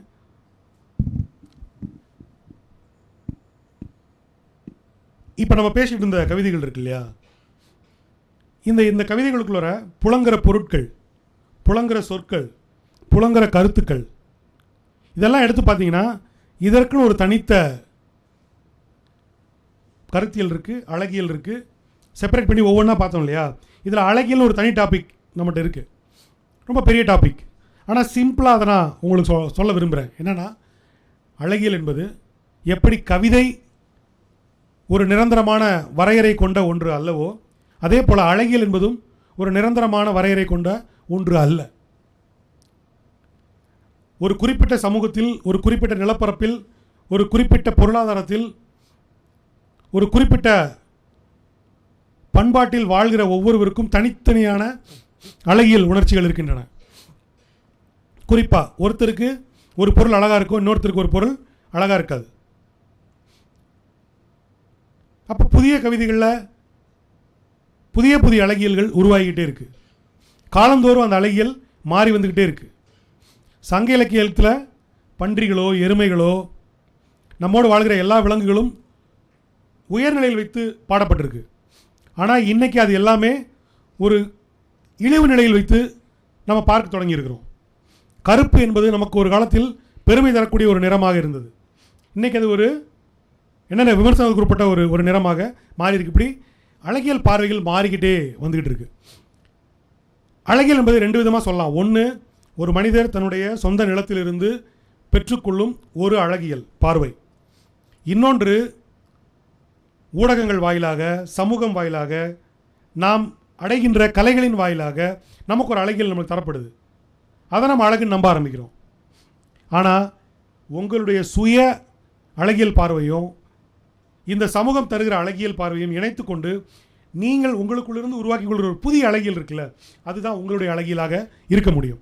இப்போ உதாரணமாக நான் சிம்பிளாக சொல்லணும்னா, நான் வாழ்ந்த நிலத்திலிருந்து வரும்பொழுது பன்றி என்பது ஒரு இழிவு பிராணி, யாரும் மதிக்காத ஒரு விலங்கு, ஒரு கீழ்நிலை விலங்கு. இப்படித்தான் என் நிலத்தில் நான் அதை புரிந்து கொண்டேன். எனக்கு கற்பிக்கப்பட்ட சினிமாக்கள், ஊடகங்கள் எல்லாத்திலையுமே அதுதான் இருந்தது. ஆனால் நான் என்னுடைய அரசியலை, கருத்தியலை என் வாசிப்பின் மூலமாக அடையும் பொழுது பன்றி என்கிற ஒரு விலங்கு சங்க காலத்தில் பெருமை மிகு விலங்குகளாக இருந்திருக்கு. அரசனுக்கு நிகராக ஒப்புமை செய்யப்பட்ட விலங்காக அது இருந்திருக்கு. அது ஏன் இப்போ இழிவு நிலைக்கு வந்தது? அப்போது முன்னால் பெருமிதமாக கருதப்பட்ட மனிதர்கள் இன்றைக்கு இழிவு நிலைக்கு வர்றது மாதிரி தான் இந்த விலங்கு வந்திருக்குங்கிறப்போ மனிதர்களையும் விலங்குகளையும் ஒன்றிணைச்சு நான் பன்றியை மேன்மை நிலைப்படுத்துகிற ஒரு முறையில் மகிழ்ச்சியான பன்றி குட்டிங்கிற ஒரு கவிதை நான் எழுதுகிறேன். அப்போது என்னுடைய அடிப்படையான ஒரு அழகியல் பார்வையிலிருந்து நான் ஒரு புதிய அழகியலை என்னுடைய கருத்தியல் மாற்றத்தால் நான் முன்வைக்கிறேன். அப்போ அழகு என்பது அரசியல் பூர்வமானதும் கூட. இப்போது எல்லாருடைய கவிதைகள்லையும் மாட்டுக்கறி வந்துடுறதில்ல இல்லையா? எல்லாருடைய படங்கள்லேயும் மாட்டுக்கறி வந்துடுறதில்ல. ஏன் ஒரு குறிப்பிட்ட நபர் எடுக்கிற படங்களில், எழுதுகிற கவிதைகளில் மாட்டுக்கறி வாசம் அடிக்குது, இன்னொருத்தர் எழுதுறதுல ஒரு கோழிக்கறி குழம்பு வாசம் அடிக்குது, இன்னொருத்தர் எழுதுறதுல இந்த என்வி வாடையே இல்லாமல் ஒரு கவிதைகள் இருக்குது. சிலர் எழுதுகிற கவிதைகளில் பாலியல் உணர்ச்சிங்கிறது வடிகட்டப்பட்டிருக்கும் இல்லையா? அப்படி நீங்கள் கவிதைகளை பிரித்து வாசிச்சிங்கன்னா வண்ணதாசன் கவிதை, கலாப்பிரியா கவிதை, ரமேஷ் பிரேதன் கவிதை, யவனிகா ஸ்ரீராம் கவிதை, மனுஷபுத்திரன் கவிதை, இப்படி வெவ்வேறு கவிதைகளாக பிரித்து வாசிக்கும்போது நமக்கு தெரியும் சிலர் ஒரு குறிப்பிட்ட அழகியலை கொண்டிருக்காங்க, சிலதை மட்டும்தான் அவங்க கவிதைக்குள் அழகியல் பூர்வமாக முன்வைக்கிறாங்க, சிலதை அவங்க அழகியலாக பார்க்கல அப்படிங்கிறது நமக்கு புரிய வரும். இது ஒரு வாசிப்பு முறை. எனவே அழகியல் என்பதும் ஒரு விதமான அரசியல் புரிதல் கொண்டது தான். இதை சில கவிதைகள் மூலமாக நம்ம பேசலாம், பட் ஆனால் டைம் முடிஞ்சிருச்சுன்னு சொல்கிறாங்க. ஸோ மற்றொரு சந்தர்ப்பத்தில் பேசுவோம். கேள்வி நேரமா இல்லை மொத்தமாக முடிஞ்சிருச்சா? சரி, கேள்வி ஏதாவது இருக்கா? நீங்கள் பேசணுமா? கேள்வி இருந்தால் கேளுங்க. மைக்கில் ஆஃப் பண்ணிடுவாங்க, ஒன்றும் கவலைப்படாதீங்க. இல்லையா? இருக்கட்டும், ஆன்லைன் இருக்கட்டும், பிரச்சனை இல்லை. ஐயா வணக்கம். ஐயா வணக்கம். இப்போது நீங்கள் புது கவிதைக்கும் நவீன கவிதைக்குமான வேறுபாட்டை வந்து ஒரு பொருண்மை அடிப்படையில் சொன்னீங்க இல்லையா? இப்போ மரபு கவிதைக்கும் புது கவிதைக்கும் அல்லது நவீன கவிதைக்கும் இருக்கக்கூடிய வேறுபாட்டை இப்போ நீங்கள் பொருண்மை அடிப்படையில் சொல்ல முடியுமா, இல்லை வந்து கட்டமைப்பு அடிப்படையில் சொல்ல முடியுமா? எது சரியான முறையாக இருக்கும்? பொருண்மை அடிப்படையில் நம்மகிட்ட எந்த சேஞ்சும் இல்லை. அதாவது கொஞ்சம் கணிசமான பார்வைகள் மாறி இருக்கு. இப்போ உதாரணத்துக்கு பொருண்மை என்பதை பொருள் அப்படிங்கிற வகையில் நம்ம எடுத்துக்கிட்டோம் அப்படின்னா நம்முடைய கருத்து நிலைகள் நிறைய மாறி இருக்கு. மரபு கவிதைகள் முன்வைத்த பல கருத்துக்களை நம்ம இன்றைக்கி மாறி இருக்கோம். புது கவிதையிலையும் அப்படி தான் பொருண்மை சார்ந்து மிக குறைந்த மாறுதல்களை தான் நம்ம கொண்டிருக்கோம். ஏன்னா அதே வாழ்க்கை, அதே கருத்தியல், அதே அனுபவம், அதே உணர்ச்சி தான் நம்மகிட்ட இருக்குது. சில மாறுதல்கள் தான். அதனால் பொருண்மை அடிப்படையில் நாம் பெரிய தலைகீழ் மாற்றங்களை நம்ம கொண்டு வந்துடல. ஒரு சில ஏரியாவில் கொண்டு வந்திருக்கோம், முழுசாக கொண்டு வரல. ஆனால் மரபு கவிதை, புது கவிதை, நவீன கவிதை என்பது முதற்கட்டமான அதனுடைய மேஜர் டிஃப்ரென்ஸ் அப்படிங்கிறது வந்து வடிவ ரீதியானது தான். ஃபார்ம், அதாவது எழுதுமுறை, இலக்கண மீறல் என்பது ஒரு பெரும் தலைகீழாக்கம். வடிவ ரீதியாக மரபு கவிதைக்கும் புது கவிதைக்கும் பெரிய தலைகீழாக்கம் நடந்திருக்கு. புது கவிதையிலிருந்து நவீன கவிதைக்கு நகர்றதுல ஒரு சின்ன சேஞ்ச், ஸ்லைட்டடாக ஒரு என்ன சொல்கிறது, ஒரு ஃபைன் டியூன் பண்ணியிருக்கோம். அந்த புது கவிதைங்கிற வடிவத்திலிருந்து ஃபைன் டியூன் பண்ணி வாசகர்களுக்கான ஸ்பேஸ் கொடுத்தா, அதாவது ஒரு வேல்யூ ஆடட் அல்லது அப்கிரேடட் போயமாக நம்ம வந்து புது கவிதையினுடைய அப்கிரேடட் போயமாக நவீன கவிதையை சொல்லலாம். ஆனால் மரபு கவிதைக்கும் நவீன கவிதைக்கும் ஒரு பெரிய வெட்டு நடந்திருக்கு, ஒரு துண்டாடல் நடந்திருக்கு. அதை நம்ம அப்படி தான் பார்க்க முடியும். ஆனால் மரபு கவிதையில் இன்றைக்கும் வறுமை பாடப்படுது, காதல் பாடப்படுது. இன்றைக்கி நவீன கவிதையில் பாடப்படுற எல்லாமும் மரபு கவிதையிலையும் பாடப்படுது, புது கவிதையிலையும் பாடப்படுது. பொறுமை அடிப்படையில் நம்ம பெரிய டிஃப்ரென்சஸ் கொண்டு வரல. ஆனால் புதுமையாக நிறைய கருத்துக்கள் உள்ளே வந்திருக்கு. இல்லை இப்போது நவீன இலக்கியம் அப்படின்னு ஒரு இலக்கியம் நான் படிக்கிறேன். அதில் வந்து பாரதிதாசனுடைய கவிதைகள் இருக்குது, பாரதியாருடைய கவிதைகள் இருக்குது, முடியரசனுடைய கவிதைகள் இருக்குது, சுரதாவுடைய கவிதைகள் இருக்குது. இவங்க எல்லாருமே வந்து பார்த்திங்கன்னா வெண்பா, ஆசிரியப்பா, கலிப்பா இதெல்லாம் எழுதியிருக்காங்க. இதை நீங்கள் நவீன இலக்கியத்துக்குள்ளே அவங்க கொண்டு வராங்க அல்லது புது கவிதைக்குள்ளே கொண்டு வராங்க. அப்படிங்கும்போது நம்ம பாரதிதாசனுடைய எடுத்துக்காட்டு பாரதிதாசனே நம்ம எடுத்துப்போம். பாரதிதாசனுடைய கவிதைகளை வந்து நாம் மரபு கவிதை அப்படின்னு நம்ம எடுக்கிறதா, பொருண்மை அடிப்படையில் நம்ம வந்து புது கவிதை அப்படின்னு நம்ம எடுக்கிறதா அப்படின்னு கேட்குறேன். அதாவது அவை புதிய கவிதை தான், ஆனால் அதற்குள் வந்து மரபு கவிதையினுடைய கடைசி ஒரு எச்சம் கட் பண்ணுறதுக்கு முன்னாடி கடைசி ஒரு எட்ஜ் இருக்குள்ள. இப்போ உதாரணமாக பாரதிதாசன் கவிதை புது கவிதைன்னு நம்ம வகைப்படுத்தலாம். ஆனால் அது மரபு இலக்கியத்தை முற்றிலுமாக கைவிடாத ஒரு இலக்கியமாக பாரதிதாசன் ரெண்டு பேருமே. அவ்வளவு ஏன் பிச்சமூர்த்தியினுடைய கவிதைகளில் கூட சந்தம் இருந்தது. பிற்பாடான கவிதையில் நான் கூட சந்தத்தோடு எழுதின கவிதைகள் சில கவிதைகள் இருக்குது. நாம் வந்து புதுக்கவிதை என்பதை முற்றிலுமாக இலக்கண ரீதியான ஒரு துண்டிப்பு, ஒரு விடுதலை என்பதை நோக்கி நம்ம நகர்ந்தோம். என்ன கூட மரபில் இருக்கக்கூடிய சந்த இனிமை இருக்குல்ல, அதை நம்ம கைவிட துணியலை. அது நமக்கு தேவைப்பட்டது. ஏன்னா பாரதி இருந்த காலகட்டம் கூட பொதுவில் பாடுவதற்கான கவிதைகள் அவை. அதில் சந்தம் இருப்பது பெரிய அளவில் பயன் தரும். அதனால் அவங்களும் அதை பயன்படுத்தினாங்க. ஆனாலும் கருத்தளவில் அது அதுவரையிலான எல்லா மரபு கவிதைகளுக்கும் புதுத்தன்மையை கொண்டிருந்தது. அதனால் பாரதிதாசன் பாரதி இருவரையுமே வந்து புதுக்கவிதை என்று சொல்வதில் மேஜராக தொக்கி நிற்கிறது எதுனா கண்டென்ட். பேசு பொருள் ரொம்ப புதுமையானது, நவீனமானது. ஆனால் அது சவுண்டில் மரபுத்தன்மையை கொண்டிருந்தது. ஆனாலும் அது வழக்கமான பாலடைந்து போய் கிடந்த நீங்கள் இப்போ சிற்றிலக்கிய காலகட்டத்திற்கான பிறகான மரபு கவிதைகள் இருக்கு இல்லையா, ரொம்ப மொன்னையானவை, ஒரு பெரிய கற்பனை வளம் இல்லாதவை. இன்னும் சொல்லப்போனால் சொஃபஸ்டிகேட்டடு போயம்ஸ், அது ரொமான்டிசைஸ்ட் பண்ணிகிட்டு இருந்த போயம். அதனால் எந்த பயனும் இல்லாத ஒரு ஒரு ஒரு பண்ணையார்த்தனமான ஒரு கவிதையாக அது இருந்தது. அதை முதல்ல ஜனநாயகப்படுத்தி கருத்தியல் ரீதியாக சொல்முறையில் அவங்க புதுமைப்படுத்தினாங்க. அந்த வகையில் கண்டென்ட்டாக பாரதிதாசனும் பெரிய புதுமையாளர்கள். ஆனால் வடிவ ரீதியாக புதுக்கவிதையை பாரதிதாசனும் பாரதியும் கம்மியாக தான் கையாண்டிருக்கிறாங்க. ஆனால் அவர்களை புதுக்கவிதை ஆளாக தான் நம்ம வகைமைப்படுத்துவோம். இல்லைங்க, இப்போ நான் வந்து அவங்கள ஒரு வகையில் வகைப்படுத்துவேன். எப்படின்னா மரபு கவிஞர்கள் அப்படின்னு சொல்கிறத விட மரபு வகை கவிஞர்கள் அப்படின்னு சொல்கிறதுல ஒரு வேறுபாடு இருக்குது அப்படின்னு நினைக்கிறேன். இல்லை, மரபுங்கிறது அதனால சொல்கிறேன், பொலிட்டிக்கலாக ஒரு மரபு இருக்குது. மரபு ரெண்டு வகையாக நம்ம சொல்லலாம். ஒன்று இலக்கணம் அப்படிங்கிற ரீதியாக மொழிக்கு இருக்கிற ஒரு மரபை பற்றி நம்ம பேசலாம். அது இல்லாமல் தமிழ் பழமை இதுக்குள்ளார ஒரு மரபு இருக்குது. நமக்கு மரபுங்கிறது மொழி ரீதியாக ஒரு மரபு இருக்குது, சிந்தனை ரீதியாக ஒரு மரபு இருக்குது. ரெண்டையும் மீறி வருது இல்லையா, அதுதான் புதுக்கவிதை. நீங்கள் ரெண்டையும் மீறணும். வெறுமனே மொழி இலக்கண மரபு இருக்குல்ல, அதை மட்டும் மீறுறதுனால அது புதுக்கவிதையாக மாறாது. சிந்தனை ரீதியாகவும் இருக்கக்கூடிய மரபு இருக்கு இல்லையா, அதையும் மீறணும். அதுதான் அது புதுக்கவிதையாக மாறுங்கிறனா. மரபு கவிதை இன்னைக்கு புதுக்கவிதை இருக்குல்ல, ஒரு புதுக்கவிதைக்குள்ளார பழமையான ஒரு அரசியல் பேசப்படுதுன்னு வைங்க, அது புதுக்கவிதையாக இருக்காது, அது மரபு கவிதை. எந்த வகையில் கண்டென்ட்டாக அது மரபு கவிதை. புரியுதுங்களா? அதனால் ரெண்டு இருக்குது மரபில். ஒன்று வடிவம், இலக்கண ரீதியாக உருவாக்கப்படுகிற கவிதைங்கிற ஒரு வடிவத்துக்கு ஒரு மரபு இருக்குது. திரும்ப திரும்ப பேசி பேசி ஒரு ஒரு பழைய அரசியல் கருத்தியல் மரபு இருக்குல்ல, அந்த மரபு இருக்குது. இந்த ரெண்டு மரபையும் மீறும்போது தான் அது புதுக்கவிதை. இப்போ ஒருவேளை வந்து இலக்கணம் இல்லாமல், இலக்கண முறைகள் இல்லாமல் ஒரு பிற்போக்குத்தனமான ஒரு கருத்தை கொண்ட ஒரு கவிதையை நீங்கள் புது கவிதைன்னு சொல்லுவீங்களா, வேறு எப்படி சொல்லுவீங்க? என்னன்னா, இப்போ மரபு கவிதைங்கிற ஒரு சொல்ல நம்ம இலக்கணத்துக்கு மட்டுமே பழகிட்டோம். அதனால் இப்போ ஒரு நவீன கவிதைக்குள்ள ஒரு பழமையான கருத்தை கொண்ட கவிதை இருந்துச்சுன்னா அது மோசமான கவிதை, பிற்போக்கு கவிதை அப்படின்னு நம்ம வகைப்படுத்தலாம். அதை அப்படி தான் சொல்ல முடியுமே தவிர, அதை மரபு கவிதைன்னு சொன்னால் பொருள் குழப்பம், நம்ம டெய்லி டயலாக்டிக்ஸில் வந்து அது குழப்பத்தை ஏற்படுத்தும். நம்ம மரபு கவிதைங்கிறத வெறுமனே கருத்தியல் மரபு கவிதையை மட்டும் நம்ம பேசலை. நம்ம பெரும்பாலும் நமக்கு எல்லாருக்கும் ஒரு புரிதல் இருக்குது. மரபு கவிதைனா அது மொழி ரீதியான இலக்கண மரபு கவிதைக்கு மட்டுமே அந்த சொல்ல புழங்கியிருக்கும். திடீர்னு கருத்தியல் ரீதியான பழமையான கவிதைக்கு அதை பயன்படுத்த ஆரம்பித்தோன்னா குழப்பம் வரும். அதனால் அது மோசமான கவிதை அல்லது ஒரு பழமை வாய்ந்த கவிதை, பிற்போக்கு கவிதைன்னா அது சொல்லலாம்.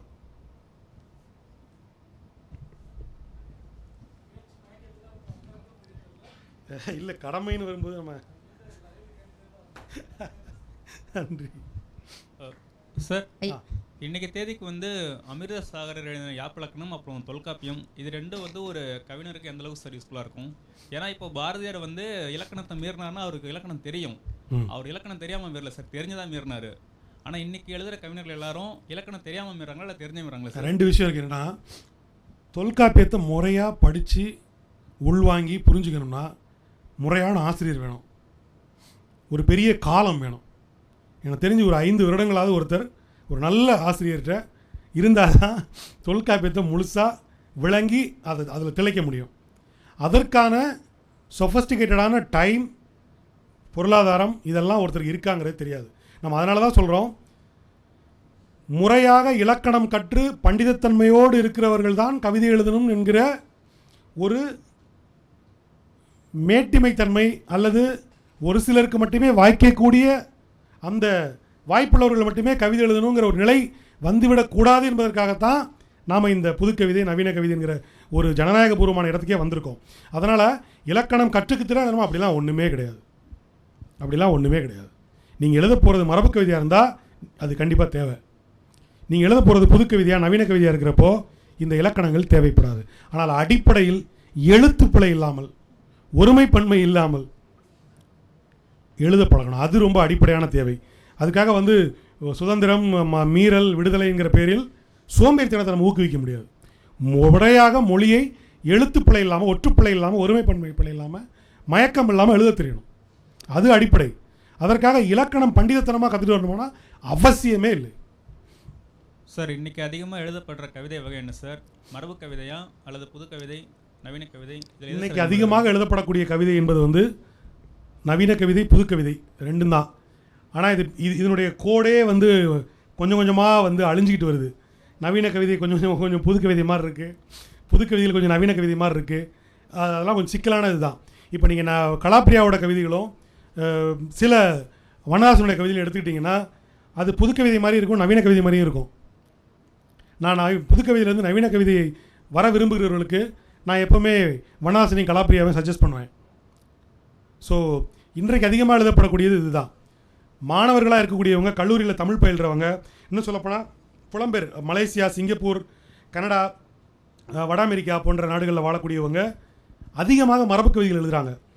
அவர்களுடைய நம்பிக்கை என்னென்னா, அவர்கள் புலம்பெயர்ந்து வாழ்கிற தேசத்தில் மொழி பிரதிநிதித்துவம் இல்லாதனால, அங்கே மொழி சிறுபான்மையாக அவங்க இருக்கிறதுனால மொழியை காப்பாற்றியே ஆகணும், நம்முடைய அடுத்த தலைமுறை கொண்டு போய் ஆகணும். இன்னொன்று, நம்முடைய ஒழுக்கங்களும் விழுமியங்களும் பண்பாடும் நம்முடைய அறம் சார்ந்த நம்பிக்கைகளும் நம்ம மொழியில் தான் இருக்குது அப்படின்னு கருதுறதுனால அவங்க மரபு கவிதைகளை அதிகமாக முன்னெடுக்கிறாங்க. இன்னொன்று, அங்கே நவீன கவிதை, புது கவிதை வரக்கூடிய கண்டென்ட் அதிர்ச்சி விடக்கூடியதாக இருக்குது. ஏன்னா ஏற்கனவே அவங்க வந்து மலேசியா, சிங்கப்பூர், அமெரிக்கா போன்ற நாடுகளில் கல்ச்சராக அது வேறு மாதிரி டெவலப் ஆகிருக்கு. அதையே அடாப்ட் பண்ணிக்க முடியாத நம்முடைய தமிழ் சமூகத்தில் திடீர்னு நவீன கவிதைகளுடைய கண்டென்டெல்லாம் அது பயப்படுறாங்க. திடீர்னு ஐயோ இதெல்லாம் கவிதைக்குள்ளே பேசலாமா, இதெல்லாம் படித்தா என் பொண்ணு என்னவா, இதெல்லாம் படித்தா என் பையன் என்னவாங்கிற ஒரு பதட்டம் வருது. நம்ம புரிஞ்சிக்க முடியுது. ஏன்னா அது ஒரு ஒரு ஒரு இரு பண்பாட்டில் வாழ்கிற ஒரு ஒரு தடுமாற்றம், சிக்கல். ஒரு அமெரிக்காவில் ஒரு தமிழருக்கு பிறக்கிற ஒரு குழந்தை அது அமெரிக்க குழந்தையாக வளரணுமா, தமிழ் குழந்தையாக வளரணுமாங்கிற சிக்கல் இருக்குது.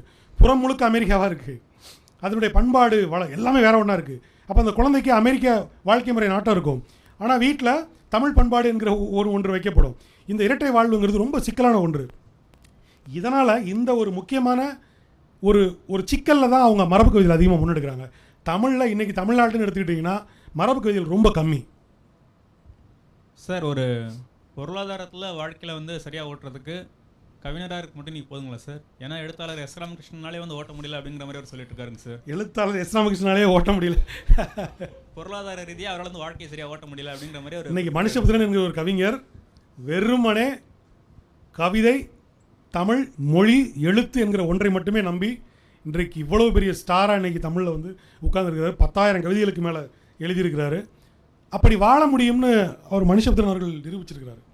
எஸ் ராமகிருஷ்ணன் வந்து அப்படி சொல்லியிருந்தா கூட இன்றைக்கி 3 கோடி 4 கோடி மதிப்புள்ள அரசு வீடு அவருக்கு வழங்கப்பட்டிருக்கு இல்லையா சென்னையில். சும்மா இல்லை, எவ்வளோ எழுத்தாளர்கள், தமிழ் சாகித்ய அகாடமி வாங்கின எல்லா எழுத்தாளர்களுக்கும் கோடிக்கணக்கான ரூபாயில் வீடு வழங்கப்பட்டிருக்கு. இன்றைக்கி எஸ் ராமகிருஷ்ணன் அந்த வீடு வழங்காதனால அவர் வறுமையெல்லாம் இல்லை. அவர் எழுத்தாளர், அவர் சாதித்த ஒரு மனிதர் தான். ஜெயமோகன் ஒருத்தர் இருக்கிறார், சார்நிவேதான் ஒருத்தர் இருக்கிறார், நான் இருக்கேன். நான் என்னுடைய எழுத்தை, மொழியை, கவிதையை மட்டுமே நம்பி சென்னைக்கு வந்தவன் நான் இருக்கிறேன். இப்போ வரப்போகிற இளங்கோ கிருஷ்ணன் இருக்கிறாரு, அவரையும் எழுத்தை மட்டுமே நம்பி வாழ்ந்துட்டு இருக்கிறவர் தான். அதுக்கடுத்து பேச வரப்போகிறார் சாம்ராஜ், அவரும் எழுத்தை மட்டுமே நம்பி வாழ்ந்து கொண்டிருப்பவர் தான். நீங்கள் ரொம்ப பழைய சொற்றொடர் தான். நீங்கள் எதுவாக ஆக விரும்புகிறீர்களோ அதுவாக நிச்சயமாக ஆக முடியும் என்பது தான். அதில் எவ்வளோ தீவிரமாக இருக்கீங்க அப்படிங்கிறத பொறுத்தது. சார், கவிஞருக்கு மிகப்பெரிய புகழை தேடி கொடுக்குறது பாடலாசிரியர் அப்படிங்கிற ஒரு சினிமா திறனை வச்சுக்கலாங்களா? இப்போது மிகப்பெரிய பாடலாசிரியர்களே வியந்து பார்க்குற கவிஞர்கள் இருக்காங்க. இப்போ பாரதி வந்து பாடலாசிரியர் கிடையாது. ஆனால் தமிழில் இது வரைக்கும் எத்தனை பாடல்கள் எழுத, ஆயிரக்கணக்கான பாடல்கள் எந்த பாடலாசிரியர் நீங்கள் கூப்பிட்டு கேட்டாலும் பாரதி தான் பெரியவர்னு ஒத்துப்பாங்க, பாரதிதாசன் தான் பெரிய ஆள்னு ஒத்துப்பாங்க. இல்லையா? உண்மைதானே? பிரமிழ் பெரிய கவிஞர்னு ஒத்துப்பாங்க. இன்றைக்கி இருக்கிற தமிழ் பாடலாசிரியர்கள்ட்ட யார்கிட்ட வேணாலும் கூப்பிட்டு கேளுங்க, ஒத்துப்பாங்க. பாடலாசிரியர் பெரியவரா கவிஞர் பெரியவராங்கிற பட்டிமன்றம் அவசியமற்றது.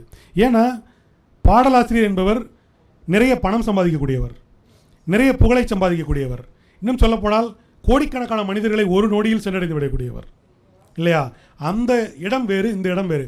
நாம் எந்த இடத்துக்கு வர்றோம், யாருக்காக நம்ம எழுதுறோங்கிறது ஒரு துல்லியமான தெளிவு ரொம்ப அவசியமானது.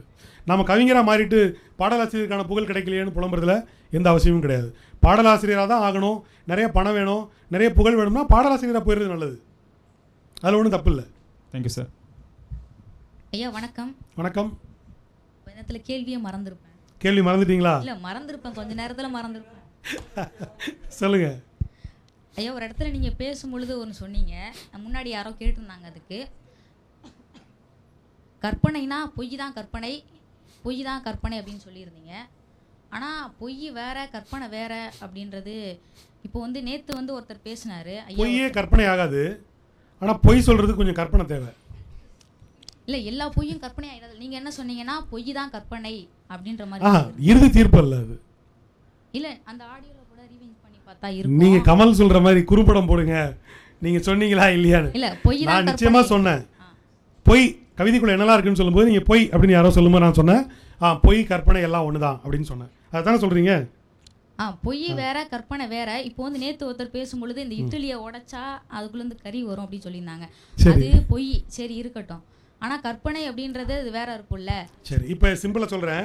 இல்லை இல்லை, அது சொன்னவர் யாரு? பா ராகவன் ஐயான்னு நினைக்கிறேன். இல்லை, இட்லிக்குள்ளே கறி இருக்குன்னு சொன்னவர் யாரு? பா ராகவன் ஐயான்னு நினைக்கிறேன்.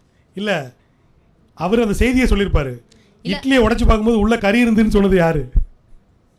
அது நான் சொல்லிட்டேன் யாரோ. ஓகே, இல்லை இட்லிக்குள்ளே நான் உடைச்சு பார்க்கும்போது கறி இருந்ததுன்னு. இல்லை அதான் நான் சொல்லிட்டேன். நான் நீங்கள் பொய் தான் கற்பனைன்னு சொல்லிட்டீங்க. சரியா? சரி, இப்போ நான் சொல்கிறேன். இட்லியை உடைச்சா கறி வருதுன்னு பொய் நான் சொல்லிட்டேன். ஓகேவா? ஓகே, இப்போ நான் பதில் சொல்லவா? நான் கற்பனை கேட்குறேன். பதில் சொல்லவா? இட்லிக்குள்ளே கறி இருந்ததுன்னு ஒரு பொய் அவர் சொல்லிட்டாரு. இல்லை நீங்கள் கவிதை மூலமாக அதை எனக்கு தெளிவுபடுத்துங்க. அதாம்மா சொல்கிறேம்மா, இட்லிக்குள்ளே கறி இருந்ததுன்னு சொல்லிட்டாரு. அதான் நீங்கள் பொய்ன்னு சொல்கிறீங்க.